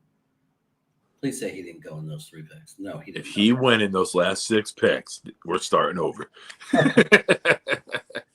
So there is, where the hell is he? Kyle Phillips. Okay. So I'm going to. We already got a Kyle Phillips. We're going to I have know. 2 Kyle Phillips and 2 Michael Carters. Is this hysterical? Okay, so Next year we draft Zach Wilson, the kick returner. I'm gonna play this guy's tape. All Okay. right, go ahead. Now Kyle Phillips would be if we couldn't get Braxton Berrios. Okay, he is Braxton Berrios, but I think. Oh, I think we watched his video already. Oh yeah, were you there that day? I think when we did like that Tuesday or Wednesday night show, you brought him up. Yeah, this is the guy that returns punts for touchdowns. Is like always open. He always finds space. So for anybody who doesn't know, this is Kyle Phillips. I'm gonna lower the volume. Okay, so this is him. Okay, let me like do full screen. So everybody needs to just watch this footage of Kyle Phillips and why I want him. So here he is returning a punt. Nice. Good footwork.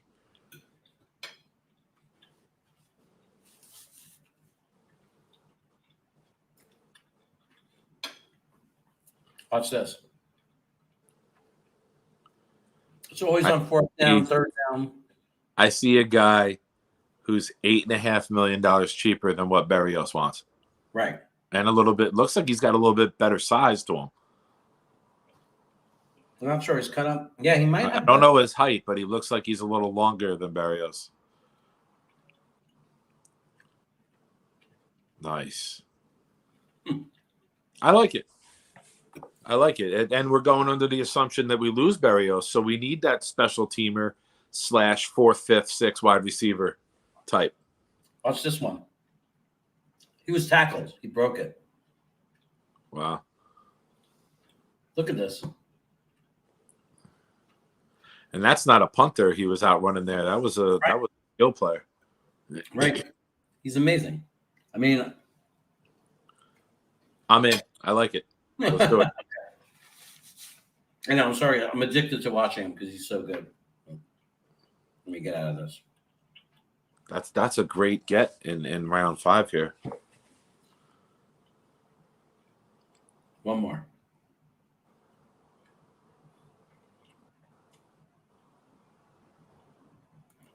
How can you not love him? He catches over the middle too. So even though he's not the biggest guy, he's aggressive at catching over the middle and can turn nothing into something.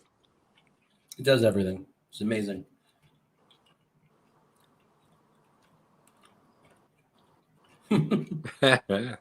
Green bean approved. That's all we need. The Godfather sends his blessing. Who cares? Who thinks? Wait a second. Thanks, give me more.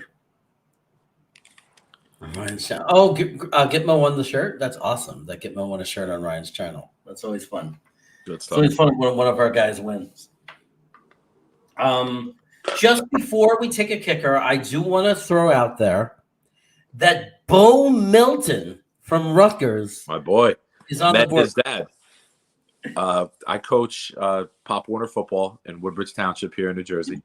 And the guy who runs our football program is Ron Allen. And Ron Allen, we had a football outing for Rutgers because Ron played at Rutgers, so they get tickets dropped off all the time for the youth organization. And we're at a tailgate, and then we have all the people, like 50 people from our football program are there. And Ron Allen, who played for Rutgers in the early 90s, his college roommate was Bo Melton and his brother's father. So Bo Melton's dad was at our tailgate. And got to meet him and talk to him for a few minutes. I like the kid. I like Melton. If you're not up on a kicker for nostalgia purposes, let's take Bo Melton. Yeah, I think we signed a wide receiver. We took a wide receiver. And I think he potentially could be available as an undrafted free agent. Okay. Now, but I mean, I'll still take him. But here's the thing: our plan was to get a kicker. Okay. I know the kicker that we had is pretty good, and he did really well. And Doesn't have a strong leg. Like, he scares me. Like, he barely gets it over the line. And then who's the muscle guy we had? Number 6. We cut him after he missed a few, and then we signed him back to a contract right at the end of the year. What was his name? Started with a C. Costanzo? No. How can we forget it? How can I forget his name already? He was our kicker. Jeez. He was horrible. That's because we all said he's horrible. We never said his name. Amendola? No. Yes, Matt Amendola. Yeah, Adam. See, I just looked at my. He's jacked. He's got a strong leg. If they could just work on him with his mechanics, guy's got a booming leg. He's just got to stop trying to kick it 80 yards every field goal and just work on. If you're at 44, kick it 55 yards. You don't have to kick it 80. Yeah, I mean, Gitmo is kind of thinking what I'm thinking, though. He might be a guy that we can get as an undrafted free agent. Yeah, that's fine. You know, but so kickers too, though you can do. But I think we did this so we can get a kicker because I think we have to bring a kicker. I think we have to get a real guy in camp for competition. Okay. And who's up there? Yeah, well, okay, so there's 2 guys to choose from. I think, even though they have somebody ranked above him, I personally like Cade York because he's from LSU. He's kicked in clutch situations. He's in kicked big games, big moments. Over 50 yards. I've seen him do over 50-yard field goals. But Andrew Mevis is not ranked higher than him by accident. And where's he from? From Iowa State. If we take so many guys from Iowa State, we're like taking the whole team. But now, I don't know if he's had as many. We're going to have to build a children's hospital next to the stadium and start the wave before every game, right? Yeah, exactly. I think, personally, I like Cade York because I like the fact that he played. I like that he did it in, for LSU, like a team that, he did it. He kicked over a 50-yarder in some huge game, like when they were still good before last year. You know what I mean? Like, I'm fine with it. I don't care if he's been their kicker for a few years. And the truth is, there's your guy. Were you asking about Parker White? No, his last name is Dicker. Oh, okay. Dicker the kicker. Oh, that's why, because you wanted to Dicker down. It's like it brings you little joys in life, right? We're picking 69. Yeah. So look. I think we did pretty well. Let's look at the draft. We got Aiden Hutchinson. We got Ikem Ikwano, who we call Icky. So we have, in the first round, we completely addressed the trenches. We add an edge. We add a tackle/guard. Then we go into the second round and look at this. We built an elite offensive line through the Jamal Adams trade. We ended up with AVT and Icky with those picks, right? Yeah. So we took an unnecessary, greedy player and turned it into the potential of having the greatest young guard tandem in the entire league. And in a year or two from now, maybe the best tandem in the league. Yep. So we took our greatest weakness and possibly made it our greatest strength in the Jamal Adams trade. Yep. And we got 2 top 5 players. In Jets fans' opinions, we got 2 top 5 players at 4 and 10. Because all of us, if Hutchinson, Thibodeau, and Neal are gone, we're running up to take Icky, right? At 4. Yeah. And look, so here's what we do. 3 of our first 4 picks were defensive line. We now have Carl Lawson coming back. If he's what he was going to be, special. We have Jermaine Johnson added on to Hutchinson, who might end up being better than Hutchinson. It's not impossible. No. We don't know. We know he's really, really good, and we know he very possibly could be, an excellent edge. Perrion Winfrey. Some people, not only is a defensive tackle for the rotation, but look at this. If Quinnen Williams doesn't jump out this year, if he doesn't pop, like really in a big way, or his agents being unreasonable, or if it becomes a problem, if it looks like he's going to be too expensive, there's some insurance there, because if Perion Winfrey is really good, now you got Perion Winfrey and JFM, worst case scenario, if Quinnen Williams becomes a problem, and if he's not going to be a guy we end up signing. If Quinnen Williams, I think Quinnen, with the players we've selected, the issue with Quinnen was supposed to explode this year because he wasn't going to see doubles anymore because he had Lawson. He had a legitimate threat on the outside. Yeah. We have given Quinnen every possible tool for him to hit his ceiling. If he can't hit his ceiling with all these other players, and Lawson coming back, Huff, JFM, the guys we've added, the 3 players that we've added to the D-line rotation, if he can't hit his ceiling now, he never will. Right. No question. So we've given him all the tools to succeed with complementing his skill set. Yeah, he has to be great because he's going to want 15 to 20 million a year. He's going to have to be freaking like really great to get it. Like a defensive tackle, I'm not giving a defensive tackle 17 million. It's like safety. If they're not amazing, you got to be Aaron. Run stopper, pressure, everything. You got to work out like a freak this offseason. You have your speed. You got to get your power so you can move the line when you're getting double teamed. You could still move those guys backwards.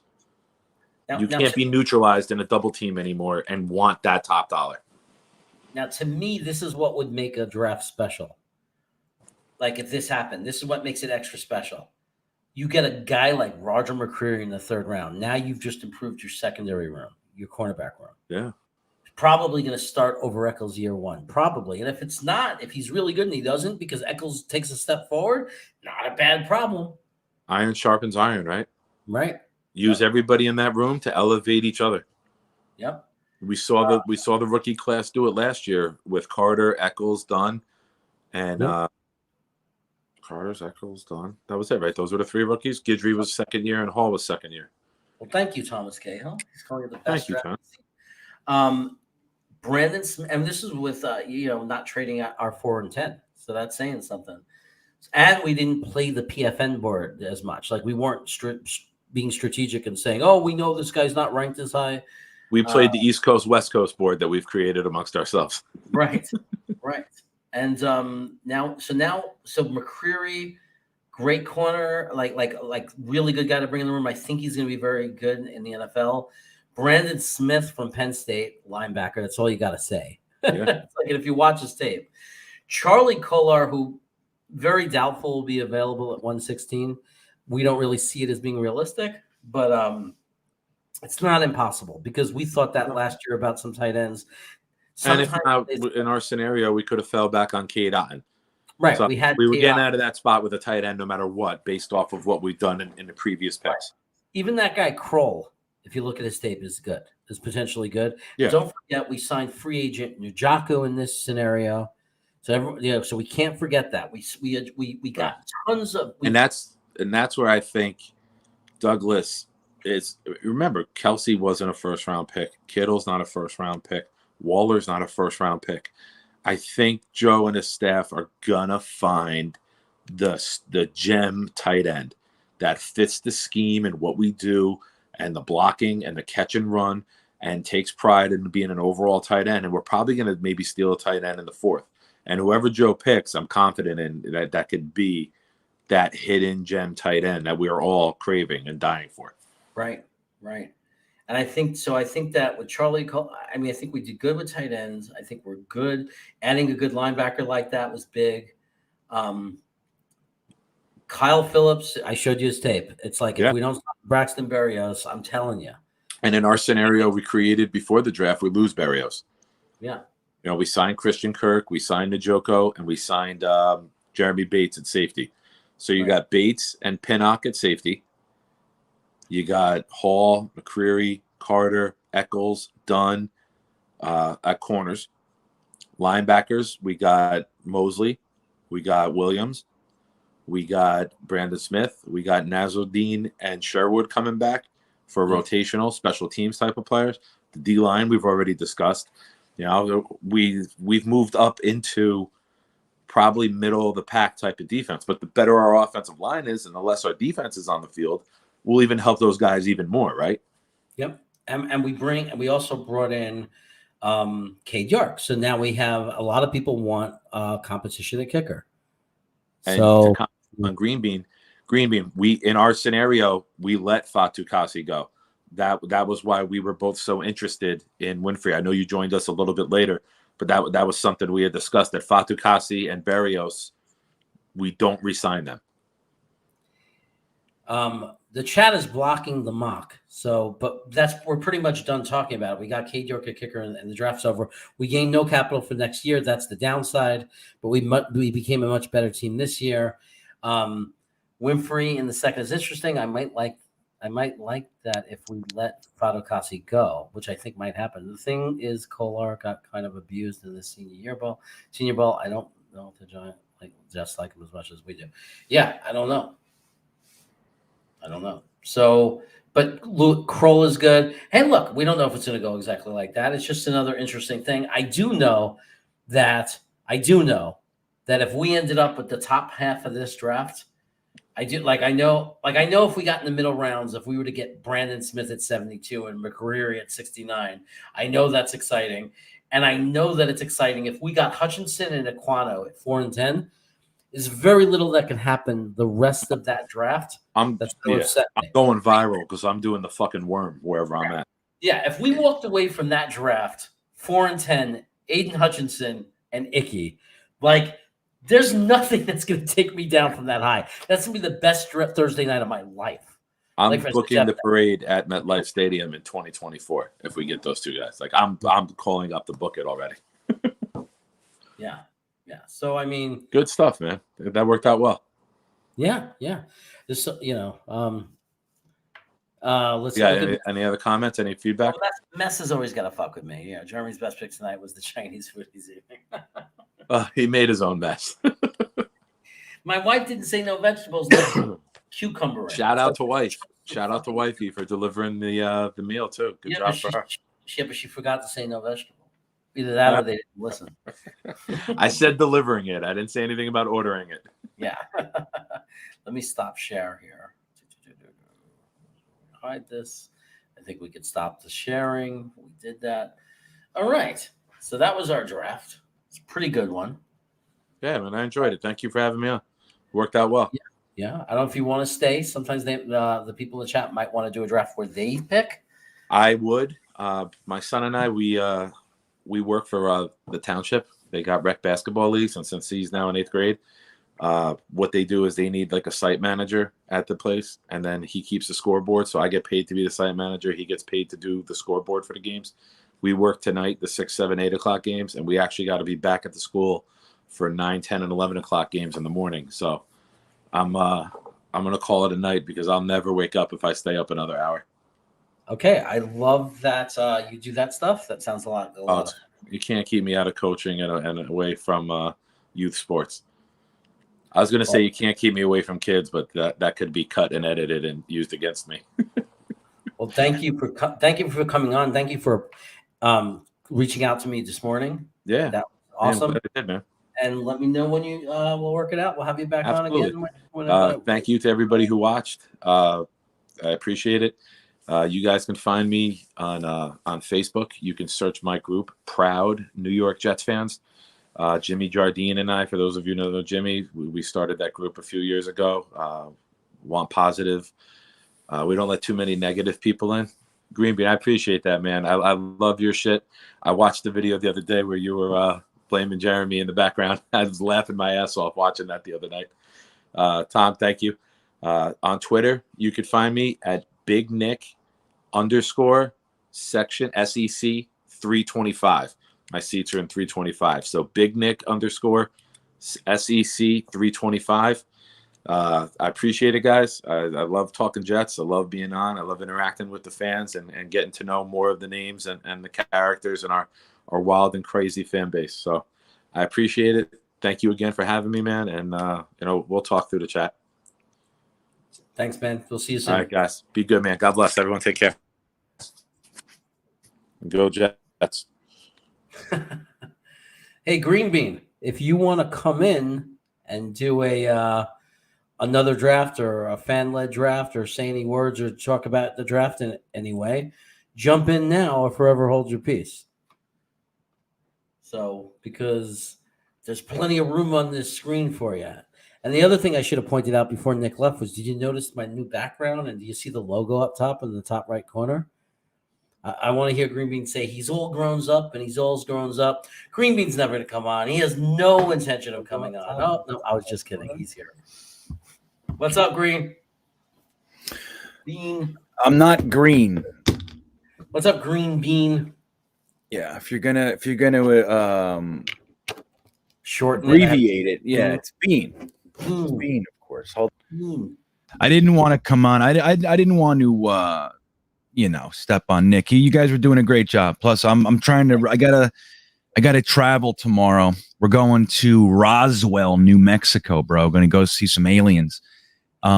But we're traveling tomorrow, so I got a lot. But I got to record the podcast, so I'm doing like just organizing the research and everything now for what I want to talk about. So I was doing something anyway. But again, you guys were doing a great job. I didn't want to come in and step on Nick. You did great. I like him. You know what I mean? Yeah, good find, right? Yeah, he was great, man. Yeah, and you guys did a good job. You know, I was listening 80%. You know what I mean? Yeah, and we met on Weapons Hot, and I said, "This guy's good." I was like, "Yeah, he's great." Yeah, and so and then I always get caught up in the chat. I love the chats. You know what I mean? So I can chat all night with these guys. You know what I'm saying? So it's like once I start, then it keeps going, and I'm like, "Oh, come on, man, you're doing something. You're fucking working." Like we were in San Antonio all day, and so I'm behind on what I need to accomplish. You know. Yeah. Mess, I might be. We weren't planning on it, but we just turns out we're gonna stay in Yellowstone for like 5 months. Coming up soon. So I'm gonna do some work camping. I'm gonna be security in Yellowstone. So we are going to change our route. We're going to hit California. Jeremy, I'll let you know what's going on with that. But we're going to change our route and head north. And I got to go through Salt Lake and everything. And I think I got to go right through Vegas. So if I do, I'll let you know, Mess. Maybe you can meet me at the Adventure Dome, kid. All right. We can get on some coasters together, buddy. Nice. What do you think of that? You're definitely part of your trip is going to be San Jose, Santa Clara for that, for Great America Park. I don't know if I'm going to make it that far north. I'm going to probably be Magic Mountain, Knott's Berry Farm. I don't think I'm going through Cali. I can't. I literally can't afford to drive up California. I have a diesel truck, and it's like what, $6 a gallon for regular gas, and then they have California has a 30-cent diesel tax, dude. So I'm gonna fucking be paying like almost $7. I can't do it. Like I can't do it, dude. I don't work. You know what I mean? I can't do that. Why isn't my light going on? Hold on a second, Jeremy. Hold on. I'm trying to turn a light on and I can't do it. Hold on. So what that means is that I'm going to be driving south because Green Bean is not going to be in California and avoid meeting up with me. So I'm going to have to go down to him, which is okay. I don't mind going south. Yeah, that's what I'm saying. Is my microphone on? Can you hear me through the mic? Yeah, hear you good. Yeah. All right. So let me look at the chat too. I got to check the chat and see what's going on. So I want to say something that I think is the most important thing that I took out of your of the stream is that Chow Fun is underrated. People don't. I mean, I talk to people about Chow Fun all the time. Nobody knows what the hell I'm talking about, dude. It's one of the finest things you can order at a Chinese restaurant. Now, which flavor, beef, chicken, you can do all that to it, just like you can with any other. But Chow Fun, if you guys haven't had Chow Fun, be careful you don't order My Fun. My Fun's different. It's great too, but Chow Fun, dude, the texture. It's about the texture of Chow Fun. It's the best. It's badassery. It's the best mouthfeel in the world for noodles. It's dude. Really, think about this. You know, like years ago, growing up in Northeast New Jersey, we were poor, right? So when I was a kid, we were poor. So we would eat all these meals that, like, a lot of rice, like a lot of stuff like that. And one of the things my mother would make is egg noodles. So we would get big bags of egg noodles, right? And egg noodles with butter, and then you have a pork chop or something with it. But fucking egg noodles, the way you can take a big mess of egg noodles and just stuff them in your mouth, and you chew them, and it's like a big glob of glutinous, chewy. That's chow fun, but Chinese. You know what I think it reminded me of? Now that you say that, because what I also loved, the same kind of texture and mouthfeel is kugel. So is your wife? Kugel. Your wife's family. Okay, they like and there it comes.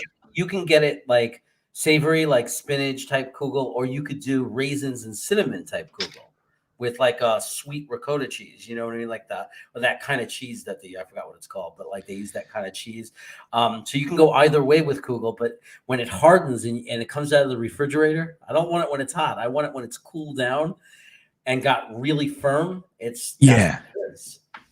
Kugel's fantastic. Yeah. You know, there's a Jewish deli in Freehold. My friends own it. It's called Fred and Murray's Deli, right on Route 9 in Freehold. If anybody ever goes there, you got to get some. Well, I called it yellow beads, right? It's like yellow barley, egg barley, I think it is, but it's a real Jewish thing. Very similar, but it's a similar egg noodly kind of mouthful, chow fun mouthful, but it's a barley. And it's like these bloated, glutinous balls. Dude, I'm telling you, Fred and Murray's Deli might be the best Jewish deli in New Jersey. And I mean that. If anybody lives near Freehold, which I'm sure at least some of you do, if you live within a half hour of Freehold, dude, go to Fred and Murray's Deli, man. It is the best. My friends own it. And we used to do comedy shows in there back in the day. All kinds of fun shit. But yeah, we used to have meetings there. Every time I ever went there, they would give a big bowl of what I called yellow beads, and they would pour the Jewish brown gravy on it. And it was like, fuck, I can't take it. I miss it, man. That's the thing. Traveling around, I get like today I ate authentic Tex-Mex on the river. Like I sat on the river today in San Antonio, and it was fantastic, man. But as great as food is where I go, dude, I miss Northeast. I miss New Jersey, New York. Like I really do. Like there's some things that you gotta accept it's going to be lesser, you know, like pizza, like Chinese food. You can find great Chinese food, but not like New York, man. Even the San Francisco Chinese food that I had, and that's supposed to be Chinese food capital of America. I was like, New York. New York's better. There's it's a different style. Like there's really good quality Chinese food. Like I found a place in San Diego. My brother found a place that's like insane. Some of the greatest stuff I've ever had. But no place I found in California can do an egg roll or spare ribs like New York. Dude, we tried to order lo mein in San Francisco. They literally didn't know what we were talking about. Yeah. It doesn't even exist. Yeah. I'm like, how the fuck you know? That's a Northeast Chinese food. They made it up. Look, I see Nick's comment, man. Yeah, dude, right on, bro. I was enjoying watching you. And I just followed you on Twitter. I wasn't following you, but I do recognize your name. Like I've seen your name a whole bunch of times on there. So I recognize it, but yeah, it's nice to put a face to the name. I followed you and I enjoyed it, man. Nick's awesome. Good shit. Yep. So thank you. Yeah. You want to do a lightning round? Yeah. I just wanted to say one thing, that this is a funny comment to me. You know why? And I'm only going to say it for this reason, because you're saying, speaking of a Jewish deli, I had a Reuben for lunch. I just want to say, and there's two different types of Jewish deli, because like Harold's in New Jersey has a non-kosher Jewish deli. Right. But like when you say Jewish deli, like my life growing up in Brooklyn, Jewish delis were kosher delis, right? They were the delis that, like Second Avenue Deli, Katz's Deli, Cats, Brad's Deli, Mill Basin Deli in Brooklyn, and kosher delis. Just so you know, a Reuben is not kosher. No, it's not. I know my wife. They kept kosher her whole life until their teenage years. Some stuff happened, and they ended up kind of separating a little bit. But yeah, she kept kosher her whole life. Like she still, you know, kind of governs. Like she, you know, I still hear about like kosher and non-kosher and all that sort of stuff because my wife grew up that way. So that's funny you say that. I know to us Gentiles, we're just like Jewish deli. It means corned beef, pastrami, and fucking rye bread. Like that's Jewish deli. You know what I mean? Hey, we had a run on Ryan's show where we had me. It was V-Man, me, and J. Cole. And I'm thinking in a row, the three of us in a row on his Tuesday night, on his Monday night talk show, like the call-in show. 3 people in a row. And I said, oh my God, all like me and these two, V-Man and J. Cole, have been on my channel as a guest. So I go, that's kind of funny. It's like my guys from my channel, like all 3 of us took over and we're on recording. And V-Man is hysterical. Like, as I told you in the past, I don't know if you remember him from Jets Talk 24. He came on. Yeah, I remember V-Man. Sure. Yeah. I know V-Man. And he takes great care of you. Like, he's always been very generous. He's a great, he's a great dude, man. I love V-Man. And I used one of his videos one time. He sent me some stuff when I got it on the channel.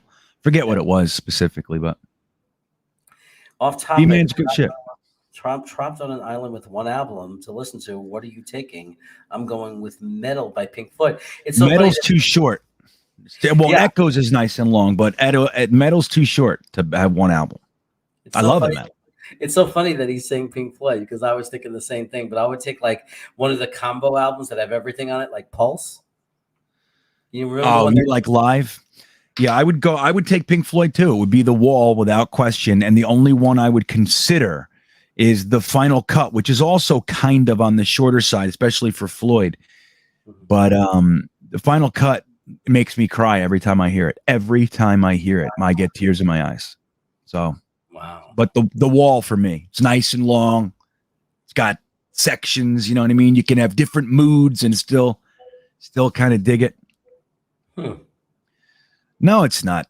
Chow mein is different, Jets mess. But that's what it is in Vegas. They just call it chow mein, and that's lo mein. They screw it up. They don't know what they're doing. That's the thing. It's like, I don't know. You know, it's like, it's weird. Like when I went to San Francisco, I went there with my wife and a couple really good friends and my kids. We were out there.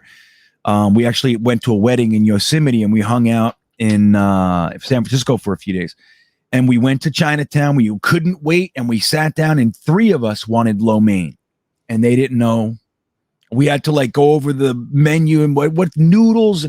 And then we got noodles, and they were like really thin, like an angel hair noodle. I was like, what? I mean, it was great. It was good, but it was just like, I was blown away. I didn't know New York Chinese food places made that up.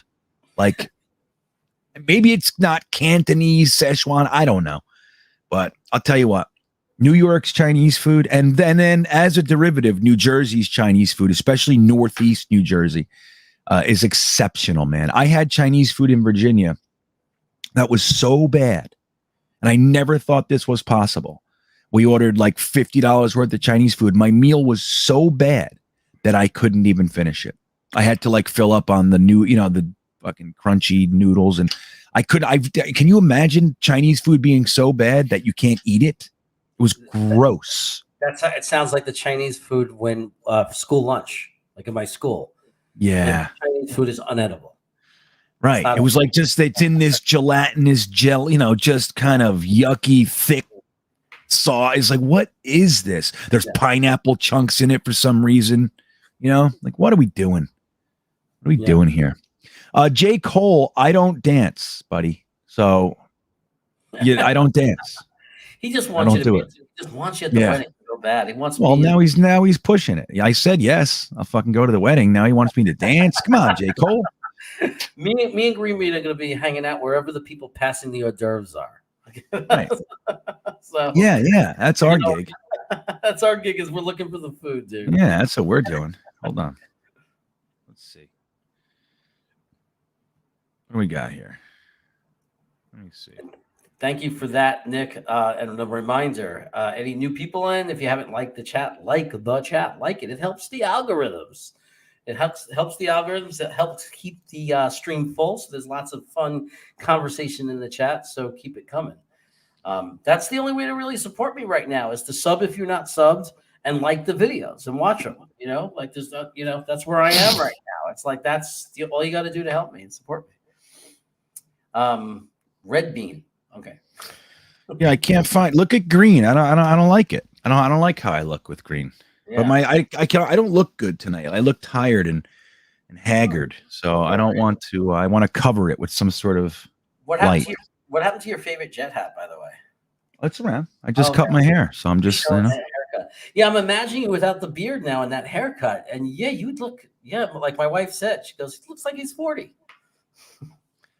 So I know. Now that's a compliment. I'm almost 50. I can't even believe it. Hopefully I make it, whoever knows. But that would be interesting to celebrate my 50th birthday. I swear, when I was in my late 20s, early 30s, I was in and out of homelessness. You know what I mean? I was like in a lot of rehabs. I would fucking sleep on the street, like all that kind of stuff. And it's like the fact that I'm going to be 50, like everybody thought I was just a matter of time till I died. You know what I mean? Like that's what it was. Everybody said that, like, oh yeah, man, like we never thought you were going to get out of that, So it's like 49. What the hell is this?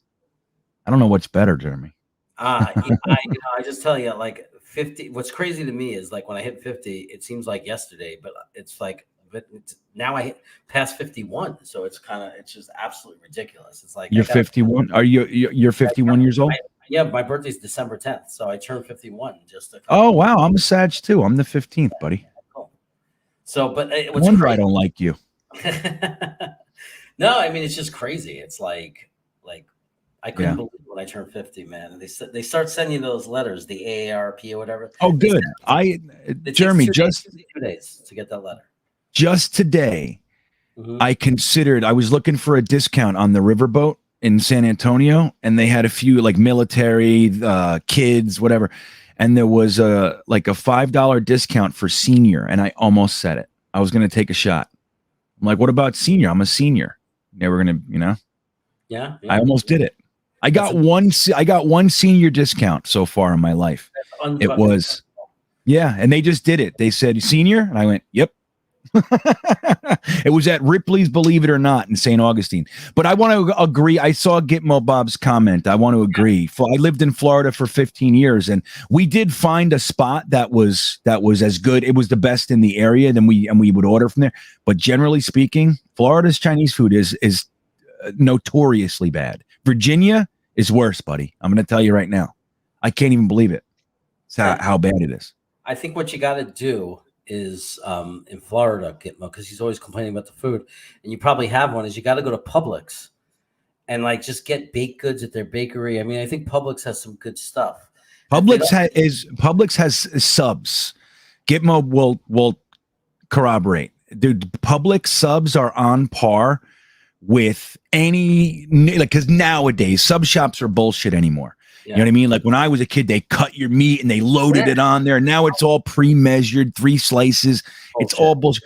But Publix subs are as good as 9 out of 10 sub shops in Florida, without question. I mean, they're impressive. The big, thick, it's their bread, toppings, all that stuff. So supermarket subs, but not all supermarket subs are created equal. Publix is badass.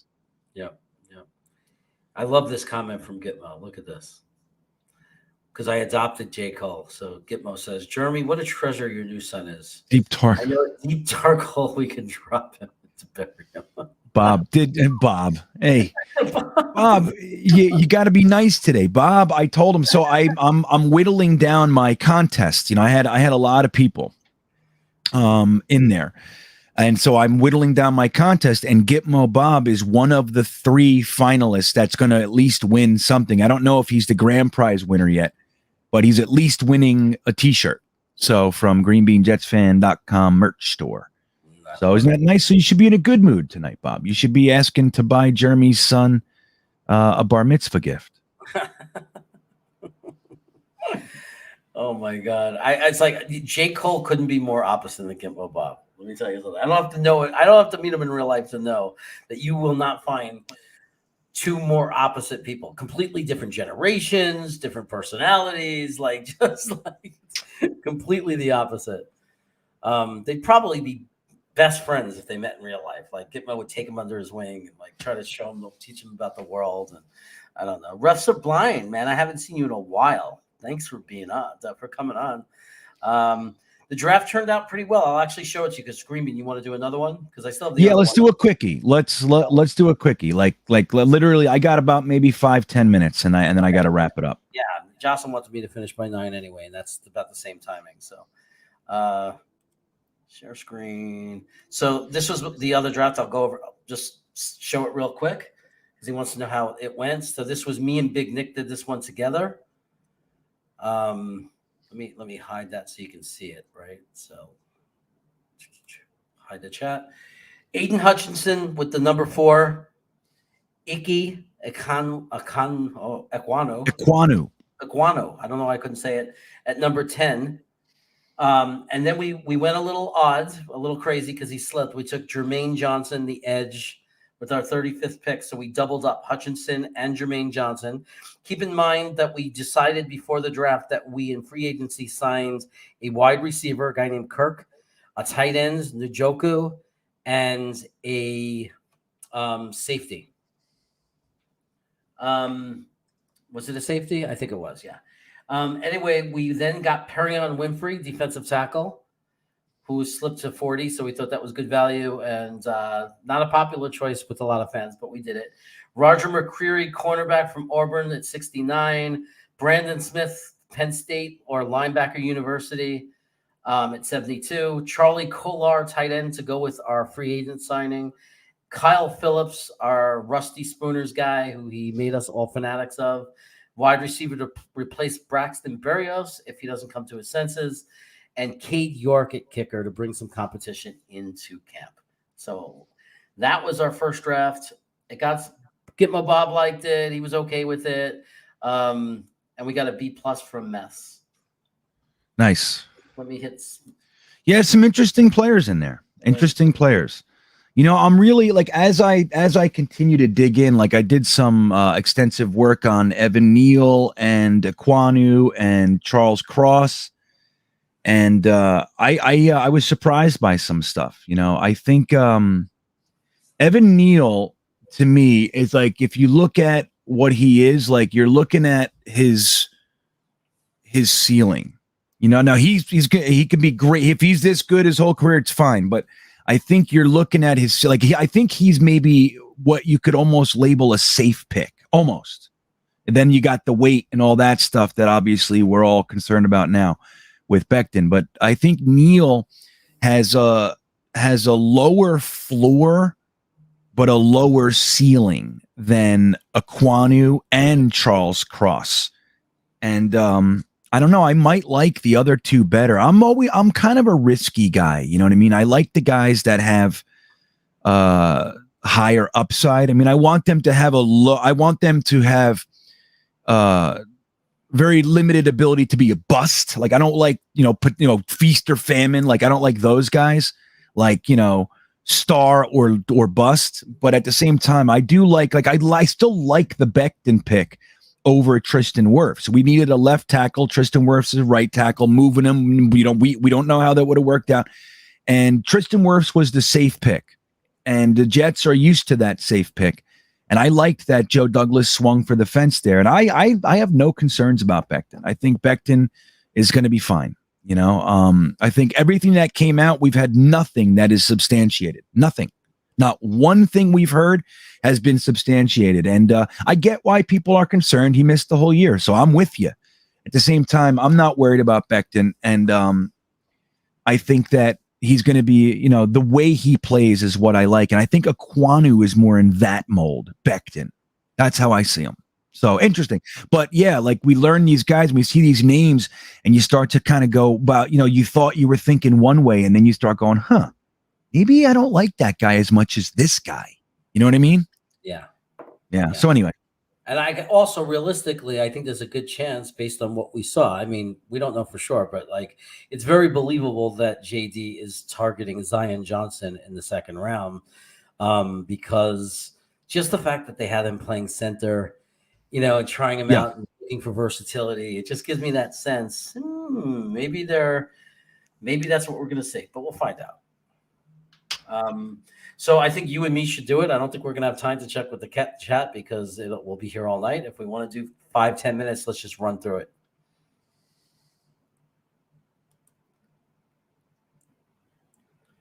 Let's see who's left on the board.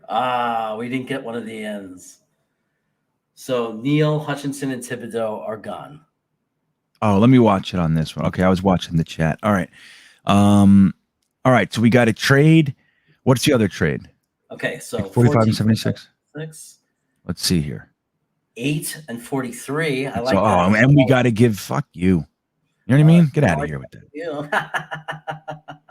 Get out of here. Trade 8s and get even more. But okay. Yeah, but fuck that. We got to give them 2 picks. Like, dude, they're getting so much value with that, dude. They're doubling where they are. Like, they got to give us this is nowhere near it. Okay, what else you got? Okay. Ooh. There. Ooh. That's the trade. I fucking trade. Try to counter and get a third. Try to do something like that. A third for this year? Yeah. 83. Try that. Yeah. They're not going to take it, but all right, it's worth a try. So what? Let's try it. No. Okay. Now try next year's third. I love the greediness. He always wants more. Green. Yeah. No, they'll give you something else. Okay. Go ahead. Okay. Try. Okay. All right. Let's try one more counter. If not, we'll just take it. If you're okay, I say just take it. Let's have some fun. Okay. Try next year's 5th. Okay. Just to get something. Yeah. Totally. No. Oh, these guys suck. Okay. All right. Try. All right. Just try the 7th. Go ahead. So we're gonna do it. All right. Yeah. Fuck it. Go ahead. You want to try the 7th? Okay. Yeah. Let's try to get a 7th. Okay. The 7th right here. Yeah. They got to do this. Okay. They're willing to throw 2 firsts. Now, in real life, I wouldn't make this trade. Not 4 to 15 is. I would consider it, but I would need another pick for this. That's a far drop, dude. We're talking 11 picks out of the top 5, out of the top 10. You know what I mean? I know. I would only. The only reason I would consider it, because you're right. It's only 1 extra first round pick. San Francisco gave so much more. The only reason I would consider it is because we have the 10th. But yeah, I hear you. All right, let's take it and have some fun. Let's see what the chat is saying. Now we get 3 picks in the first round. Okay. Yeah, we're just having some fun. Here. Let's see. We're gonna explore the deranged. All right, Charles Cross is gone. Karloff is gone. Kenyon Green is there.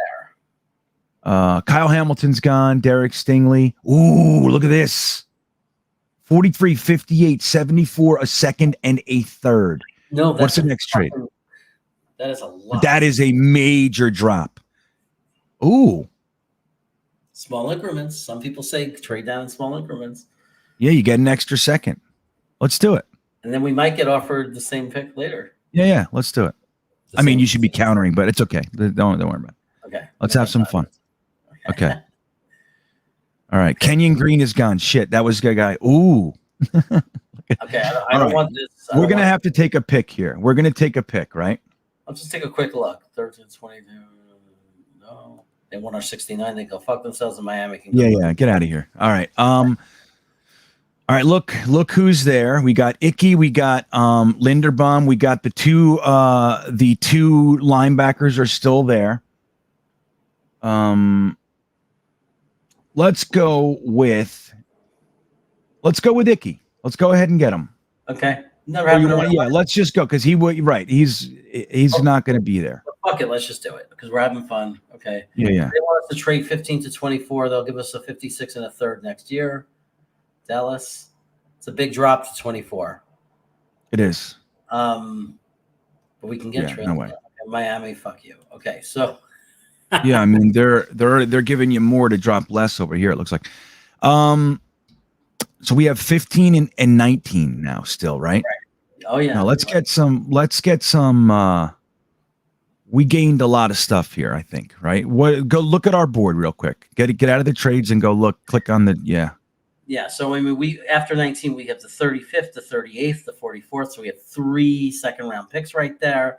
Then we have our 3 first, 3 seconds. All right. What is this trade now? This trade is. We go down to 24, where we could still possibly get into Kobe Dean or Traylon Burks. Get the 56, which is a late second rounder, and we get their next year's third. Okay, what's the next trade? It was Miami, right? Screw them. They want us to go to 29. I don't know, man. I wouldn't take this. Let's get some play. If you want it, you can take it, but I wouldn't. That means you don't care about Burks. You're not interested in Traylon Burks. No, I'm saying don't take it. Like I would take a player. If we took the trade, we can get Traylon Burks. That's why I'm saying it sounds like you're not. You can get Traylon, yeah, but I don't know. You can get Traylon. I'm thinking. I want to look at the edge. I want to see who's there. I want to see who's. I want to get. I don't want to leave here without an edge here. Okay. You know So what I mean? Jermaine Johnson, thank God, is still up there. I'm not going to reject it yet, but all right. Scroll to the top of the big board. Let me see who's there. Jameson Williams. Let's get Linderbaum, man. We're at pick 15. Let's just nail this offensive line down forever, and then we got an extra first out of it. What do you think? I love it. I did it. Yeah. Okay. Kansas City wants to go down. Not doing that, and we're not doing that. So no. So we say no. So now you can get. Yeah. Why don't you try for? You want to try you. I mean, we went both offense. I think we should grab our edge, man. You can take Ojabo's there. You can take Jermaine Johnson is there. You know, you still have Perion Winfrey. I'm really liking him more and more. We have Cameron Thomas still there, who I'm liking more. I honestly like Jermaine Johnson better than Ojabo. I do. Yeah, well, go ahead, take him. Let's get our edge. So look, we just added a first round pick, and we still got the guys that everybody would be clamoring for at 4. Right. So and there's rumors that Jermaine Johnson could go to us at 10. Yeah, maybe. Right. All right. Let's see. They got Enigbar. They got Trayvon Walker, Lewis Seen, Howell, Kenneth Walker, 35 to 47. Get 82. Let's just see the board though first. Let's see. Okay. Is Trey McBride gone? I doubt it. He's there. What I would do right here, I wouldn't take that trade, and I would nail down 2 positions right here. Me personally, what I'd like to see is I'd like to see our linebacker. Let's get one of the top linebacker group. If that's Christian Harris, that's fine. If it's Muma, you like him better, that's fine. They're both right there. We could take Muma. Just so you know, Perion Winfrey is still there. Just want to throw that out there. Just so you know. Yeah. But it's hard for me not to grab a guy like Chad Muma or Christian Harris. Yeah, like look, so we got pick 35 and 38. So let's get Trey McBride and Chad Muma right here, dude. Let's bring him in. Yeah, I think in real life, the safer thing to do is grab McBride right now. Yeah, grab him. Because the Giants go at 36, and I think the Giants would grab him if we left. Yep, there you go. And that's smart thinking. So you grab the player you think is likely not to be there. So look, who'd the Giants take? They took a corner. Was that a cornerback? Yeah. No, quarterback. They took a quarterback. Hey, second round quarterback. That's their starter, dude. You know? He sucked during the Senior Bowl. Hey, why not? So 38 to 43, give them 110 for a second next year. I don't know. I don't want that. Let's get our linebacker, man. Yeah. So let's lock in. I think there are people who don't like Muma. I really like him. I like him. Christian Harris, but I think Muma's better. I like Christian Harris too. If I had to pick today, one, I'm taking Christian Harris. But I'm on a Muma buzz since the Senior Bowl. And I think the Jets like him. I think that they used him all game for a reason. They wanted to see him as a full game 3-down linebacker. That's what I think. But if it was, I'm taking Christian Harris today over Chad Muma. I've always loved Christian Harris. I don't know who am I fooling? Like Christian Harris, Alabama, and everyone's saying Harris and McBride. So a lot of people are saying Harris. So not a lot, but one. Cole. My son wants Harris. I say Harris. I'm with you. I like Harris. So take him. New England, I say fuck you, New England, right? But where are you? Oh, you took him. Okay, wait. All right. New England down 11 picks to 54, but we go up 80 picks from 163 to 85. Well, who do we want here? That's what do the receivers look like? Dotson's there. What do the receivers look like? What do the safeties look like? Like we got to start getting some of these. Oh, Isaiah Spiller's still there, man. Yeah, Isaiah Spiller's still there, and that's who I think that Miami is going for. Maybe. You could take Chad Muma too. You could double up and just nail down our linebackers and say, goodbye to Blake Cashman and Quincy Williams and all these guys and say, no, we're upgrading. You know what I mean? We could. I think we might want to do that, but I don't think. Yeah. They do. No, they're not doing that. They're not doing that. But all right, if I had a pick right here, I'm not taking that trade with New England, and I'm going to take Isaiah Spiller. That's what I'm going to do. And what's funny is I'm fine with that. It's not popular, in our chats, right? Like taking a running back here. It's not popular. Yeah, I know. But we just made, look, this is what we did. But here's what we did. We created extra space to do things that we wouldn't be able to do previously. We nailed down our offensive line. We got a potentially dominating edge rusher. We got one of the top 4 linebackers in the whole draft. We got the best tight end in the draft, and we gave ourselves some room. We created an extra first and an extra second. So we have room to do some things. Now, Isaiah Spiller, honestly, I might wait on running back in most instances till the 4th or even 5th, but Isaiah Spiller slipped. He's not supposed to be there. In my opinion, he's not going to be there at 44. He's the best running back in this year's draft. Yeah, I like him the best. And all right, you know what? What is the chat saying? What are they saying? They're saying Dotson. Well, at least J. Cole is. I like Dotson, but not here. No, me neither. Go ahead and look at the wide receivers, though. Who do we have? Okay. What are we looking at? Wide receivers. Dotson is the number 1 on the board. Tolbert, I like. Tolbert is good. Small school. And there's Pickens and Mechie is always down. Yeah, I don't know. I'm not ready for. I think that the receivers that I would clamor for are gone. I like Dotson. I do. Also, Eric Zukama. Yeah. We have guys we can get. Yeah, those guys. So Robinson. There's decent guys that I think could be as good as. That's my problem with Dotson. There's guys I think that could be as good as him. Go ahead. Go grab Isaiah Spiller, man. This is a luxury pick to an extent, but that frees up our 4th round to do some other things, and we got the best, potentially the best running back in the draft. Why not? Why shouldn't? And people forget what that could mean when you take the number 1 running back. I'm not saying it's going to happen, but it's like a potential fucking Tyler, and like a star, like a superstar running back. And we got him for the first 5 years of 4 years of his career. With Michael Carter for at least 3 years. We got Michael Carter and Isaiah Spiller behind Linderbaum, Aquanu, Becton, AVT. Come on. Trey McBride's in there. Yep. I hate this offer. This is bullshit to me. Like, why would I take this? Yeah. Why would I trade now for their 121 and give them our 6 next year? Yeah, it's too much. No, they're asking for our right. Okay. 6, so go down 6 picks, throw in 1 6. Nah, this is boring. Yeah, because for our purposes tonight. That's a 5th round value. It doesn't make sense. Why would we do that? Yeah, you know what I want to see? I want to see Jalen Peter.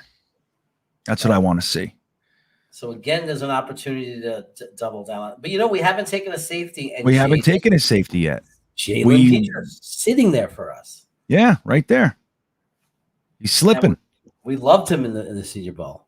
Yeah, I liked him before that, but he's he's a good safety, man. He can be a ball hawk. He'll lay the wood on you. And I think he's a good player. So yeah, man, taking him in the 3rd, perfect spot. Yep. Here we go. I see guys going. I haven't seen Anderson go yet. I'm looking. Lindstrom went. Shit, that sucks. No, it doesn't matter. We took Lindenbaum. That's right. Holy shit. Is Anderson still up there? I didn't see him go, but I don't see him up there. So all right. We're at pick 110. Let's go ahead and take our wide receiver. Yeah, Let's take him out of Texas Tech. There. Yeah. He's there. Right there. Let's get him. I love him. Let's grab our guy. Romeo Dubes is there too, though. Just saying. But I like it. I think that Rusty, I prefer. Yeah, this is where I'm going. Rusty would disown me. Okay. No, Rusty likes this guy. That's what I mean. He loves him. He would kill me if I took him. Yeah. Oh, I see what you're saying. Yeah.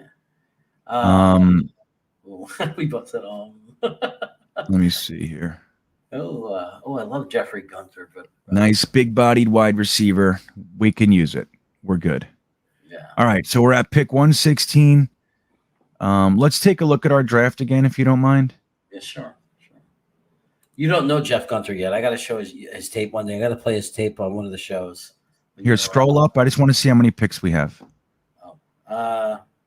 Just 3 more. 116, 146, and 46, 163. We got our safety. We got a linebacker. We got a tight end. We got the best maybe a top 5 offensive line if these 2 guys pan out. And Becton comes back strong. Yeah. All right. So let's look. Let's see what tight ends are available. Let's start double dipping a little bit. We took a tackle. We took an interior, a center. We could take a guard if there's value there, and just put him in the pipeline. Let him sit for a year. You know what I mean? That kind of a thing. We can also think cornerback. The truth is, I'm not loving another cornerback in this range. If we were going to go cornerback, in my opinion, in the draft, it should be up top. Throwing in, starting over another year with the guy, I think and I don't want to say it's a wasted pick, but so all right. It's just the only. Yeah, I like Castro Fields. Yeah, the other one that you could look at is Josh Jobe, only because I think that he's only that low because of an injury. Yeah. So he's like the other one you could look at if you said, "Oh, do we want to roll the dice on?" He could be a big hit. But I'm so not. What tight ends are still there? Or you can look at linebackers while you're on defense. What do we got here?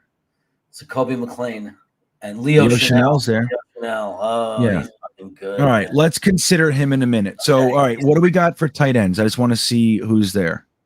Okay. Let's get a nice tight end room. We weren't able to get one in free agency. Well, Cole Turner, Charlie Kolar, Lucas Kroll, they're all good. Those 3 are all good. All have chances to become something. All right. I know we both like Kolar the best. I do. He didn't have a great Senior Bowl, man. There was at least 2 plays where one play where he got literally rolled to his back and the guy sacked the quarterback. So, and there was another play that he got eaten up and there was a pressure. So he didn't do so well, but I still like him. He's had, a couple good years in college that you can look at. The tape is there. One game doesn't mean, was Ferguson still there? No, he's not here. Scroll down a little bit. Yeah, is he not? Oh, there's no way he's down that low. He'd be up here with these guys. Okay. Want to take Peyton Hendershot? Yeah. Didn't Cole Turner have a really good game, Senior Bowl? I wouldn't say a really good game. He did okay. Yeah. Yeah, I don't know. You want to double up on tight end? I'm hoping to get Leo Chanel and Kyle Phillips in here. That's what I'm thinking. But we could grab another edge. Who's there for the edge? Let me see who slipped. Jeffrey Gunter, who I like. I don't know. Yeah. But he's Coastal Carolina, so he didn't go up against many premier offensive linemen. Lukita's there, who I like from, but he's kind of an outside. If you're going to look at him as an edge rusher, he's an outside linebacker. To me, Leo Chanel is the biggest, and even Jacoby McClain. These are the 2 best players, in my opinion, that are left. I'm more excited about these guys than I am the tight ends. And so, you know what I mean? All right, then take Chanel. Yeah, I think. And then let's see if Kolar slips, and then let's try to grab Kyle Phillips if he's still there. Okay. There you go. We actually got. I think it's our fault he went up the board. Let's see. So tight end, Kolar's still there. Yeah, grab him. We can grab him. And after the Senior Bowl, who knows? Okay, 163. Let's check our wide receiver. There he is. Grab him. Grab our boy. Yeah. Grab him. Oh, Rusty is gonna be. There you go, dude. This draft is badass. Everybody. This is like everyone is good. I think. These are all guys we want. We'd be so happy, you and me. We'd be like, yeah, these are good. So we got Icky, Linderbaum. So now you have AVT Becton, Icky, Linderbaum, George Franz. That's freaking ridiculous, dude. That's like a crazy. Dude, look at this draft. Jermaine Johnson, Yeah, I love Jermaine Johnson. I think I like him as good as George Karlaftis, that's for sure, and I like him better than Ajabo. Interesting. Best tight end in the 22 in my opinion, like without question. Yep. Christian Harris, top four or five. So just scroll up for a second. I want to go over something. So we have arguably the best tackle, at least a top 3 tackle in the entire class. We have, without question, the top center in the class. We have one of, you can argue, top 5 edge rushers, right? You could say top 3. We have the best or the top tight end. We have a top 4 or 5 linebacker in the draft. Now, look, dude, we're on our 5th pick here. You know what I mean? And then we got the top running back in the draft. Then we, from there on, it's like, dude, we have a solid safety, solid receiver, solid linebacker, solid tight end, solid run. So this draft, while maybe not my optimal draft, if we were able to make moves like this and come away with these players, I would be ecstatic. Right. What do you guys think? I'm going to give this draft an A. That's also, I think it's an A. It's one of my favorite drafts. And also, let's not forget, like, what the Jets would look like next year doesn't mean they're not going to get a more proven wide receiver in free agency. Doesn't mean they're not going to have another safety that they added on in free agency. So there's going to be like real players coming onto our team in free agency. We know that. Even if we keep $20 million to sign the new draft picks, there's going to be 30 to 35 million that we're going to spend. Yeah. So, like, that 35 million is going to get some talent. Like, we're going to be bringing in bodies. Yeah. So give us your letter grades, guys. Gitmo says B+. Jared says A. I'm giving it an A. What are you giving it? You giving it an A? Oh, I'm definitely giving it an A. No question. It's an A. Awesome. Yeah. Jared, and B+ is like, from Gitmo, is very good. So yeah, it is. Totally. It's very good.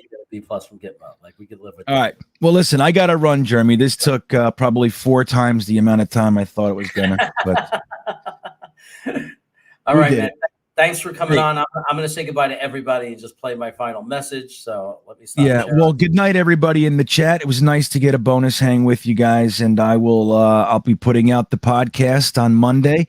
I'm traveling the next 2 days, so I might not necessarily be readily available or anything like that, but I'll be around and I'll release the podcast on Monday. My Patreon guys in tiers 2 and 3 will get it early on Sunday. They get the podcast a day earlier than everybody else. And then I'll see you guys for the Monday Night Mock. But Jeremy, man, you have a great night and I'll see you, buddy.